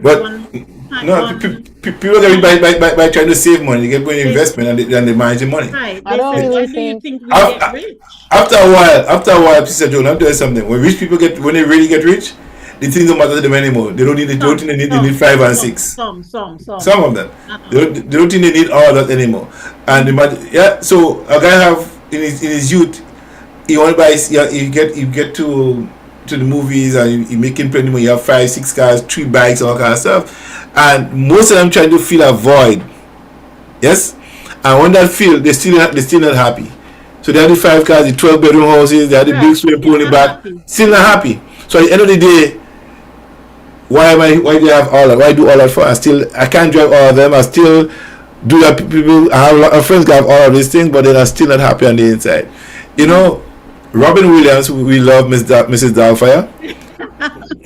Nice guy. I love him. You know? And then in a video he says, this might be the last video you see of me. You will see a next one of me. And guess what? The same day he commits suicide. Yeah. You know what I'm saying? So you could have all the money and not happy. Yeah. Oh yeah. You know what I'm saying? You could have all the toy you want, but happiness and joy is an inside job. Yes. You don't have inside here. You could be comfortable driving a 1960 Beetle car. You know, look at Warren Buffett. Do the car he drive still. You know, you don't have no luxurious car. You know, so think about it. If you could eat a couple of wine, you could eat a good meal and have fun and drink. You know, after when you really sit down and think about these things. Right? What you think is, I want a big house with 4 bedroom and this and that. You want all those nice things, right? After when you come to realization, I have that, and what is what I need? You realize what's next? You know what I mean? Tupac says, why you have 12 bedroom and somebody else living on the street? Why you have 150 cars or 200 cars and somebody walking? You know what I mean? The point I make is that you could love yourself with all this stuff to fill a void and still not feel, because inside is still wanting to be happy. Happiness is a state of mind. It is. You know, and what we think about, how we function in life, is depends on how we think. As a man thinking in his heart, that's what he become.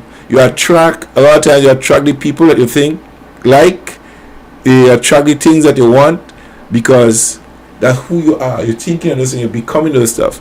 So that's why it's important to watch your thoughts. Be careful, because as what you see is what you hear, what you say. From the abundance of the heart, the mouth speaks. So when you have so much in you, you want to speak it out, right? And you're leaving it out. Our action is a manifestation of our thoughts, good or bad. Right. The choice that we make in life, the thing we do now, all of us come here tonight was a choice. And we thought about coming here tonight. Diana thought about coming here tonight. You know, Alithia thought about coming here tonight. I thought about coming here tonight. Joe thought about. People who listen to this show plan on coming. Yeah. They came to listen. So our thought process prior to coming to where we are right now is what got us here. You know, if we come tomorrow morning and I just say, I don't drink no tea, she just wouldn't drink tea. You know, that I say, I'm going to work tomorrow, and she just wouldn't go to work. She decided she's not going, and she just wouldn't go. Your thought process. That's why I say, when a man approaches a woman, she thinks about whether she want to be with him or not. She make the choice. He make the pitch, the sales speech, and she actually look at him and question it, and decide she want to be with him or not. That choice is made, and boom. After that, he's gone. She accepts it and she go with it, and then realize later on that, why did I do that? You know what I mean? Any moment, a woman does this, say, no, I'm not gonna sign up for this. You see how guys make proposals in the mall, all kind of stuff. They've been with this girl for 5-10 years and decide to get married. proposes to her, she said, nope, I'm not going to get married to you. So she make a wise choice, one best choice she make in her life. Because she knew him more and he knew himself. You know? So you don't want to waste your time doing that. A lot of times we make choices, and choices hurt us in the end. You know? Because sometimes we never really count the cost before we get into the choices that we make. And that's why it's important to seek wise counsel when you're making choices. Yes, that's true. Wise counsel. Okay, well, Starlita, we're going to end it here. Go ahead and give us your last words. Sister Daniela, come back. Go ahead. I just want to say this is a fantastic discussion, and I'm just writing down some points because I had a couple of clients this week that were struggling with their relationships, and this is giving me some insight in terms of the directions that I want to go.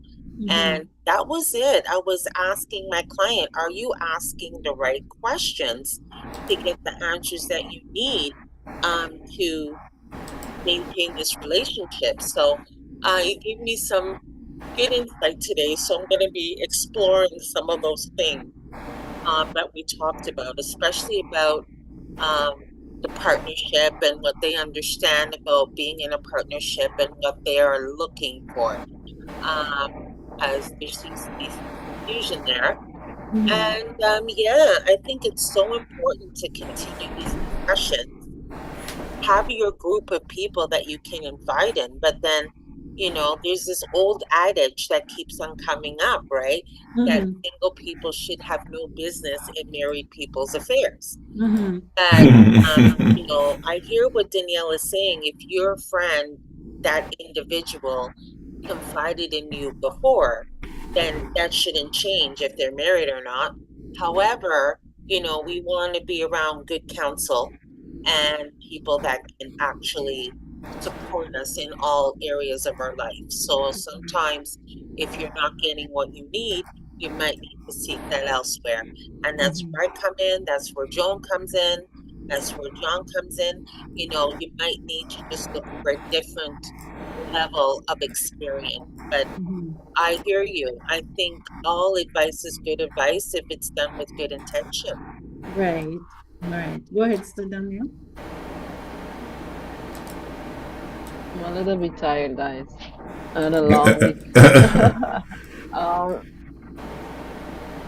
I think it's just, at the end of the day, your first trust is in God. I believe in you trusting your instincts at the same time, trusting God. Do your research. I will still stand. It comes down to you. You have to know the people you have. You have to know the people you have around you, and you have to know. You have to use judgment, and you have to use discernment in anything you do. So the decision you make, always remember, is going to impact your life, because anybody could have an opinion, but you're the one that living in it. So you have to decide that for yourself, whether or not I could go to Pastor B, or I could go to Jennifer, or whoever you choose. Whatever, you have to make the decision, because it doesn't matter where the advice comes from, the decision falls on you. So you have to be firm. You have to know who you with and what you could live with, and make the decision that best fits you and your husband. And if you start your relationship on a solid foundation where you have established a great communication and you have an open communication with your partner, you won't be going out there looking for people to talk to. Because there's no need, because he would know when you're not. He knows every move. He knows when you're upset. He's gonna know your mood. You're gonna know, and because your uneasiness gonna make him uneasy. If your husband if you're truly a one unit, I'm not talking about those that say they want, but if you're truly a one unit, you will know when something is up with your partner. Nobody has to come and tell you, my partner is this, because they know basically the way you hold the cup, the way you look at me, something would turn Daniela, let me just tell you right here before I forget, when we are not on one accord, my bed is hot. Thank you. It's like fire is on my side. I hate when we're not on the same page, because I felt it in my bed. And there's no way you could sleep at peace. He's gonna know you're not sleeping. So I believe in the unity of your partner. I believe my husband will be my best friend before Should anything. be, yes. Yeah, so and these are the reasons why I am not in a relationship, because I don't seek, I haven't met a person who can be my best friend. Because if you cannot be my best friend, I need to be able to release, let go, be vulnerable, and not to be held against me when we in discord, and then you use it as ammunition now to get your point across, or to, as you say, mentally abuse me or gaslight me, as the new word nowadays. You know, so all those things come in one. As you get older, I think sometimes we women, we get so desperate of being in a relationship, we forget what's important at first. Don't rush it. Like, honestly, it's better you stay single for a period of time than you're not in a relationship and you're miserable, because healing is a very hard thing to do. I'm still healing, and there's moments it's exhausting. You constantly have to be checking yourself. You always in a cycle. And then if you heal, like, from this relationship, now you meet another relationship and you have to heal from this relationship. When are you gonna be you? When are you gonna be the real purpose that you need to be on earth? Because you still have to live your purpose at the end of the day. But if you're in the spending of the time of trying to heal yourself, you cannot live your purpose. You cannot give back to God. You cannot be that a beacon for the next generation that needs to be coming after you. So take the time to learn who you are. And when you're dating, guys, stop asking what's your favorite color, and and oh Lord, like, let's dig deeper. And as you say, there are books that can help you. If you don't know the conversations, there are a lot of, like, right now there's so much information that you can go online, buy on Amazon. On Amazon, they have conversation cards where it may be hard to ask questions because you don't know where to ask and how to start. So start with the tools that can help you get there and foster a healthy relationship. Okay, there you go. Thank you. It's making that noise. I know. What making a noise? John, is you? Yeah, yes, that's you. That's me. Yeah, I think. Hold on. I think I know what happened. Okay, it's better now, right? No. Yeah. Yeah. Yeah. I want this month, September, for us to have the platform open to everyone. I was thinking, I don't know what you did. You, Sister Dana, Sister Alisa, were you guys on our last debate on menopause? Join? Yeah, that's right? When I joined. Yes, that's when I became. That's when you okay, all right. I'm trying to remember, and I thought, yes, I think so. Yeah. I want to discuss, to go a little bit further into that topic, because it's a very interesting topic. And I think a lot of people needs to know a lot of things that we didn't know. Since we're on this show, we learn a lot. Pastor John knows a lot on menopause. When that night was finished, I had people calling me and ask me, is he a guy or a woman? Is he a I said he's a real man. That's what he is, a real husband. He reads upon these things, he studies on these things. He has 2 girls. So I said, no, he's a guy. He's a real married man. Brother John, you're out there putting out our secrets. Yeah. Oh Lord. That's where we didn't talk about the men's side of it. We started a little bit the andropause. So we want to touch into that. This will probably go over menopause a little bit, and then andropause. We go into that because a lot of people don't know what that is. I was on one show, and we talk about, I mentioned andropause. It was like, what is You know, we have to go back and did a little bit on it because nobody knows about it. I didn't know about andropause until I was studying for that night. Sure. Yeah. About menopause until I was doing a research. I thought, what? I wrote a piece on that somewhere in Facebook. I always say that the men, they're probably on their menopause, they're having their menopause too, because sometimes they're like us. So then I learned that they do, but it's just andropause. So I want to take that. I want to go back on that. What is it? Every third Tuesday. Every third Tuesday. Yeah. So that will be what date is that? What's the third Thursday? Third Tuesday. The third Tuesday. The 17th. 17th. Sure. Yeah. Okay, so we're gonna do that on the 17th. We're gonna go live with the public on the come in live, yeah. Right, and so that's what we want to talk about. So if we want to start to do a little research on it, that would be nice. So we know we're going with that.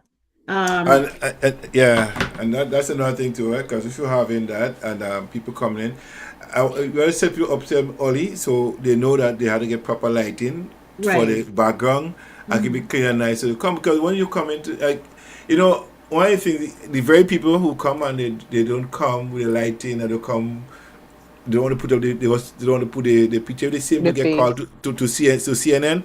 They're making sure they get a cleaners ready to clean the house and make sure everything happens. Okay, so when you come to Jam FM, you see, that's why I have to tell them, those that are going to speak. Yeah. Tell them that we are live. We're going to be on the radio station. You have to come on and semi-formal, just properly, and have your background clean up, and it looks good. Make yourself look good. Right. Yeah. So because we're going worldwide. Yeah. So, Go ahead. Yeah, well, I sort of, understand that. Yeah, so that's what I want to talk about, if it's okay with everyone. Yeah. To do so. I think it's a very interesting topic. Sister Aletha, have you spoken to, what's the other lady, Dr. What's her name? That was on the other night, Dr. Barbara. Yes, we had a brief chat. I have to follow up with her, though. I need to get her number too, Pastor John. Actually, Saturday coming. Daniela, you working Saturday? There is a economic forum happening downtown. Saturday is free. Dr. Barbara.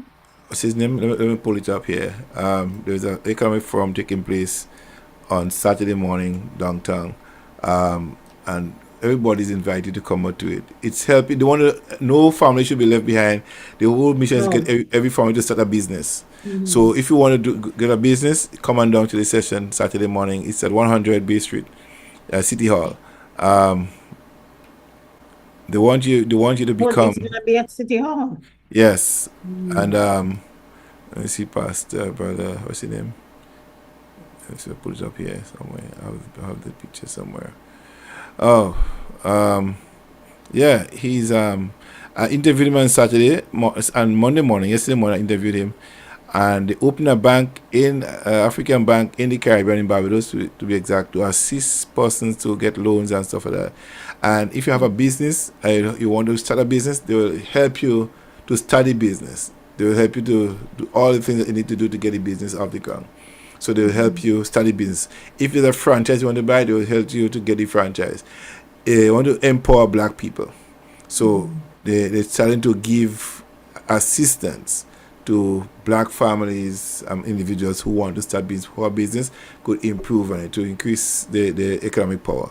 So Saturday from 10 until 5 o'clock, they'll be having this session. So I want to invite all of you to come along to it. It's a really, it's a free event. Lots of food. He said there's enough food to everybody. So I think one it's already come to, but anybody, you're talking in the public now, anyone wants to go, right? Yeah, 100 Bay Street. What time does it start? 10 o'clock. 10 a.m. Also happening from November 1st. I put this flyer across here. November 1st, there will be there'll be 30 Days in the Word with Pastor Shauna Knowles. So again, the book, Who? Shauna Knowles. Oh, okay. Yeah, so the book will be out, and you could get the book on Amazon. Yes, you get it in Barnes and Noble, Indigo, right? You get the book. So in essence, you'll be on the show Friday night 9 o'clock. I'll be interviewing on Friday night on the show, so you get more information as to what is going to happen in terms of the 30 Days in the Word, right? Based on the book. So okay, so we can watch on Facebook on Friday night. Friday night, yeah, Friday night you can walk on Facebook, right? So you can get to see. It's you'll be interested to come out and get your copy to participate. So you get a copy of the book too. I think she'll be having her own Zoom chat there. So that's when the 30 Days in the Word starts. It will be devotional in the morning, 5 a.m. in the morning. I think you have something, Sister Joan?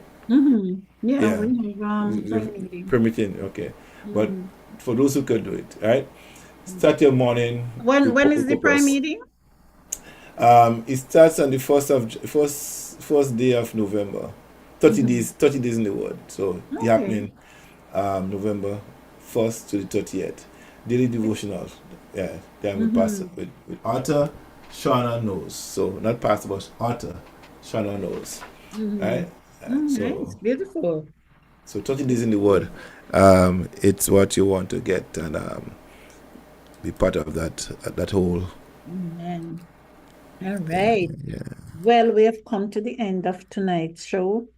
Sister Veronica, we missed you tonight, but she has her family over tonight. She peeping, man. She peeping. She on Facebook. Oh yeah. She peeping. Yeah, hi to her. I say good night to her. Oh yeah, she's peeping in. She cannot stand it to be away all night and don't see what's going on with us. I know. So I just want to tell you ladies that Friday night was a wonderful. We got breakthrough. One of the person that we were praying for is out of jail, because we were praying for somebody that was in jail. Thursday, Wednesday, and we were praying for that person, and they got bail Saturday morning. After we prayed those powerful prayers on Friday night, God has came through. God has answered our prayer. So prayer is so powerful.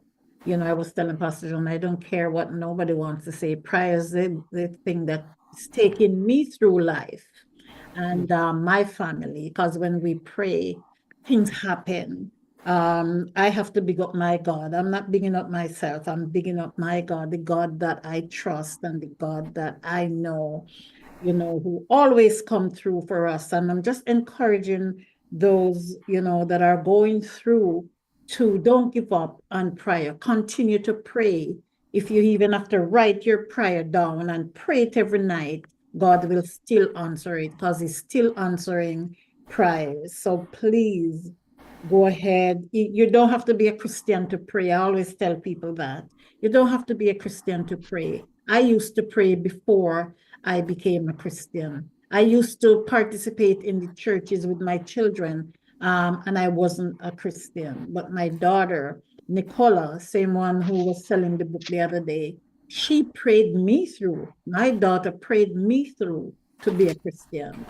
And so, well, I always go to church. I always wake up every Sunday morning and take my children to church, participated in the church, and I wasn't saved then.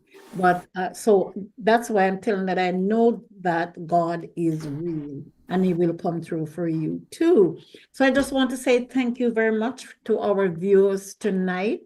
That is on Facebook, or that was on Facebook. Minister Walker said he was having a little problem hearing us, but I hope that changes. And my friend, Sister Smith, that was on, bless you. All of those that was on Facebook watching us, we appreciate you taking the time out of your busy night to come and hear what we had to say. And I hope that you did get something from what we have said tonight, We are learning from each other tonight. Here, Sister Alyssa said that she is going to take some of these things into her practice, which is dynamite, which is great. And so thank you, ladies. Thank you. Appreciate it, especially Sister Daniel. Sometimes she works, but she's still coming. Sister Alyssa, you guys find the time to come in with us. You're here for a purpose. You're not just here looking pretty every night. You're here for a purpose. I know that, right, Pastor John? Yes, Daniela. Yeah. They are superstars in their own right. Yes. And I just get that's a walking with their own pen in their pocket to sign autograph, you know. I just have an idea. I got an idea. Something just run right through my vein just now, and I'm gonna talk to Sister Daniel and Sister Alyssa about it. Holy Spirit just dropped something in my spirit for you guys, and I'm gonna talk to you about it. Wow. Pastor John will know about it too. That's okay. I'm good. Of course, you have to be good. You're the boss. You're the big brother. You're the big brother. Yeah, of course. You lead us. Yes, with good information, and I can back up what he's saying, because I talk with his wife, and I know that what he's saying, he's talking the truth. You know, if not, we will hit him over his head. If not, but he is. You know, I give him a 99.9. She spoke at the tea party, you know. Right. And so you know, sometimes some people don't listen. They listen to argue. They not listen to understand. Mm-hmm. And she's trying to communicate some stuff and trying to draw examples and stuff. And people are like, "Oh, Brother John's like that." I mean, like she uses references, you know. And so she did try to bring some points across and how to function in a role as a woman, you know, and sometimes instead of having one child, you know, having three children to take care of, a husband and the two girls, and just making using an example of how tiresome it could be for a woman running a household, you know, and stuff. I'm pretty that's the way I am. I'm just like the person that she had to babysit all the time. We do have to babysit. Yes, I know, but you know, she was just making a reference, you know, and people think, "Good, Brother John like that." No. Yeah, I'm I know Pastor John for a long time, so I know a lot. So when he comes on here, he cannot tell anything that is not true, because you know, I know if it is or not. He is. It's like nobody's perfect. I'm sure he's not. That's why I give him a 99.99, right? Yeah. Yeah. I know. Perfect. But some people say, "Oh, I wish my husband would be like him." I said, "Stop wishing." No, you can't wish. No, there's no wish of you wish your husband was like this person. You just feel on what you have. And as I always said, marriage cannot thrive on leftovers, right? No. It needs attention. Marriage needs attention. And even myself, when Mike might see that I'm not paying attention to things, he will pull me up on it. Let me tell you something. Anything you neglect dies. Mm-hmm. Anything you neglect, it dies. In a relationship, if you need any area of your relationship, you neglect it, you kill it. Yeah, he will pull me up on it. Yeah. Like, okay, John, this needs attention, that needs attention. So, okay, why did you think so? And he would show me the point.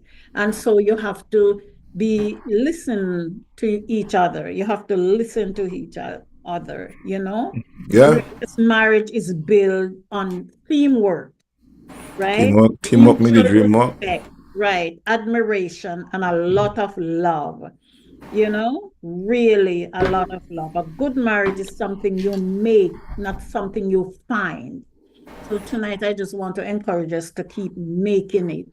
Work on your marriage. You have to work on it. If you're even married 50 years, you still have to work on it, you know, to make it continuous to work. When I ask somebody why they've married 50 years, what, you know, make your marriage last so long? And they would say love, just loving each other. We did not have, 50 years ago, we did not have much, but whatever we have, we make do with it. and it works. If we have one dumpling, we cut it in half and we cut it up and both of us eat it and nobody would know. Now, you think that's gonna work? You think they're gonna cut one dumpling in half? No, they're gonna cuss. I need my own dumpling. I know some people like that.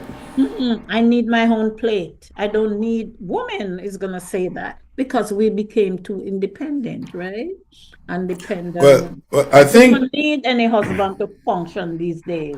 I think the reason for a lot of that, a reason for a lot of that is we have less men who are more qualified academically to match. Fill this place, yes. Right, and the woman who is fully equipped, right? When you buy a car, you soup it up, right? You make it look better, right? Yeah. Now a woman comes in a man's life trying to make him look better, and trying to force, and he's not cut out. He's not at that level, and it frustrates her because she wants to move forward.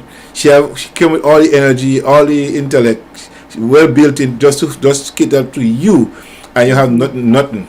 And then when she go and she do, you get upset because she making more money. She have more. She do this, that, she that, and you start feeling like, man, this woman is something else. She's terrible. I can't live with her. And you find excuses, right? But I'm saying embrace it because it's good for you.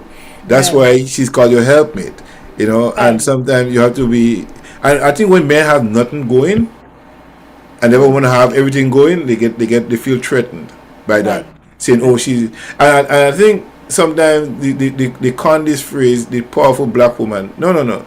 You make her feel that way because you're not picking up the pieces where she shouldn't be doing. You should be doing all of that. She should become the softer person in her femininity to working with you, not being the masculine person with you. You understand?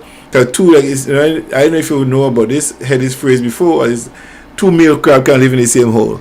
You know what I mean? So one have to be soft, one have to be hard. And if your role is not taken care of, you force her into that role, and she become tough and hard and masculine, and think that, oh, she's overpowering. But you have to fit in that place. I see something happen there. I talk about this church that went down, and the husband was there. The wife is the pastor, and the church went down because she couldn't continue. I think like, what a failed master. You're the man.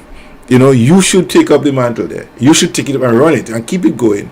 Instead, everybody just retire into a church march. Everybody go their separate ways. And that's when leadership failed to train other people to take over from them. And that's happened in the house. So when a man failed to take up his responsibility to think, he create, the household is going to fail.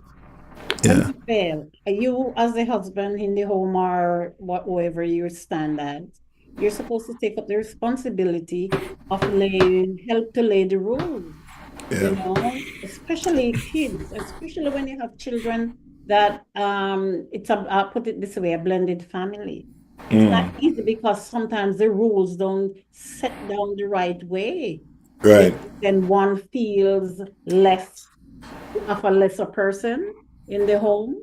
And so that is something you have to set in advance at the beginning of the relationship, of the marriage. Set everything down so they understand that whenever we're making decisions, it's going to be husband and wife, not children and the husband or children and wife. Because you find some relationship is husband and children making decision or wife and children making decision. And then the other person feel left out. Yeah. But again, that's not good for a marriage. If your family is blended, and it should be blended, and it should be right and tight. Everybody should be involved in something because everybody have a role to perform. It makes it easier when a team work together. It's teamwork make the dream work, not just one person doing everything.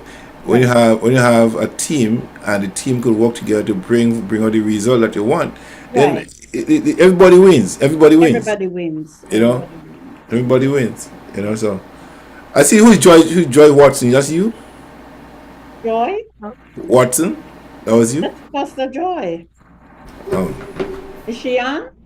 I saw something here, Pastor Joan. Walker? Yeah, hold on. Joan Walker or Joy Watson? Joy Watson is Joy. Oh, So she's on YouTube then. Okay. Oh, really? Yes. Pastor Joy. Hi, Pastor Joy. Good night. I saw your picture earlier and she sent a post from Calgary. She's at now. Calgary. Yeah. So yeah, greetings to all of you. Yeah. Oh, wonderful. Good night. Good night. Good night. She's out there. Well, yeah. Yeah. So we just want to give God thanks for tonight, for another wonderful Tuesday night that He has lended onto us, for us to discuss marriage. We have gone through a lot of different topics tonight, and so I hope tonight that someone will learn something from our different topics tonight. Marriage can work. You just have to communicate. Which is the biggest point. Our challenges in marriages is communication. And so tonight we just ask the Holy Spirit to cover marriages, those that are even planning to get married. We ask that they will get information first, before they go ahead and get married, because there's certain things, there are lots of things that you should know before you rush into marriage these days. Like our days when we go and we're following our parents. Now, the younger generation are not following the parents' footsteps. They're doing their own thing. And so tonight we ask you, God, you said, what you put together, let no man put it asunder. And so tonight we cover the marriages under your precious blood. Cover us tonight. Cover Sister Danielle. Cover Sister Alyssa tonight. Also Sister Veronica, which is not here. Pastor John tonight. Cover this radio station. Holy Spirit, whatever it needs, we ask, Holy Ghost, that you will deliver. You're not a God that you should lie. You said whatever we want, we should ask you. If we knock, you will open the door unto us. And so tonight, Holy Ghost, whatever is asking for this radio station, we ask that you will make a way out of no way, for he to get it to do what he wants to do. Cover his family, cover our family under your blood. My family, my husband, take full control. Cover him under your blood, in the name of Jesus, as he goes from day to day, driving long distance on the street. I know you're the God who's protecting him from all harms and danger. Holy Spirit, we ask you tonight to continue to keep us together. No weapon that form against us shall prosper. Comprehensive coverage in the name of Jesus. Father, Pastor Michelle, tonight. Bless everyone tonight on the show that is even listening to us on Facebook, on YouTube tonight. Father, we thank you. We bless you tonight. We give you all the glory and we give you all the honor in Jesus' name. Amen. I want to say good night to Sister Tex Manwaring too. She's been listening on. I hope you get about to come on the show one night too. So Tex, you always could get to return to the show. I don't know why he didn't come back on.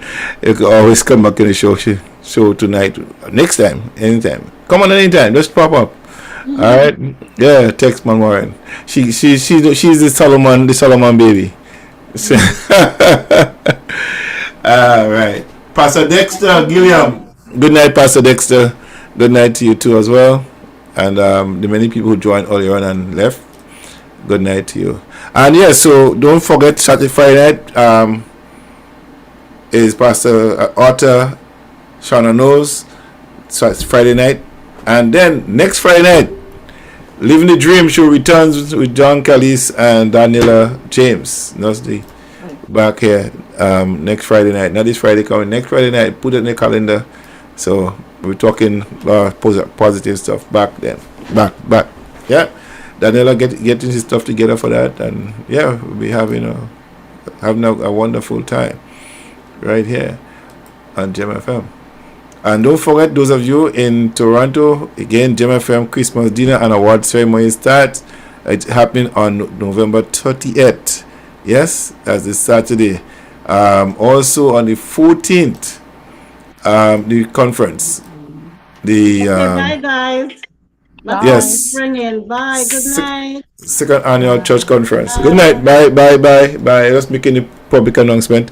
The second annual church convention, September 14th to the 15th, 2024. Come see the theme topic from St. John chapter 1, 38 to 51. Starts 1 p.m. to 6 p.m. Saturday and Sunday 10 a.m. to 1:30 p.m. Lunch $10. Contact 416-519-6441 or 416-518-1179. All Long in the Park. That's All Long Fest Grenada Day celebration continues with All Long in the Park. That's Saturday 14th September. All Long Fest and Funday. All Long Top Chef happening. So sports games for adults and children, soccer and cricket happening, featuring Toronto Police cricket team. Time 11 a.m. to 9 p.m. Location 1141 Caledonia Avenue, North York, Ontario. There's a 50-50 ticket draw. Again, so come on down. Music by DJ Andy. I think you didn't have it here, but more information, call Maria 647-706-67254, Samantha 647-629-9657, Kati 437-772-9328. And that's the announcement for that. And again, our Christmas dinner and award ceremony coming up on the 30th of November. Tickets will be available by Wednesday. That's tomorrow. All right, Thursday. Ticket will be available Thursday. Red and White Affair. Don't forget, it's $120 per ticket. I get on Eventbrite. Yes, we have it there. All right, so lots of awards going on and prizes as well. Prizes and surprises happening on the 30th. Dress your best in red or white or red and white. Looking forward to see all of you there. All right. What is? That's it. Announcement wise. The donation drive for Grenada continues, folks. Don't forget to shop off at Ollon's Kitchen and drop off your donation, and financial donation as well is still being accepted. You can still do that. All right. What else do we have here? I think that's it. Yeah. So get ready for a week of activities, and don't forget the 30 days in the Word, November 1st to the 30th, and Friday night. Author Shana Knowles will be here on Gem FM talking about the 30 days in the Word and the book. Yeah? So get your copy of the book so you could join them in the morning, 5 a.m., 30 days in the Word. I think a lot of us need that, right? To get a word in for the morning. Command in your morning, you know? Speak to your morning. Call the morning what you want it to become for you. And positive self-talking, you know, backed up with scripture. You know, as I drive to work with the scripture, the Bible in my car, right? So I hear it while I'm driving. It's something you hear things that you never read. I had to rewind, John. David did that, you know. Solomon did that. You got to go back. They may kill a lot of people to establish and stay in power. It never stopped. These things happen today still. So, yeah. So that is what it is.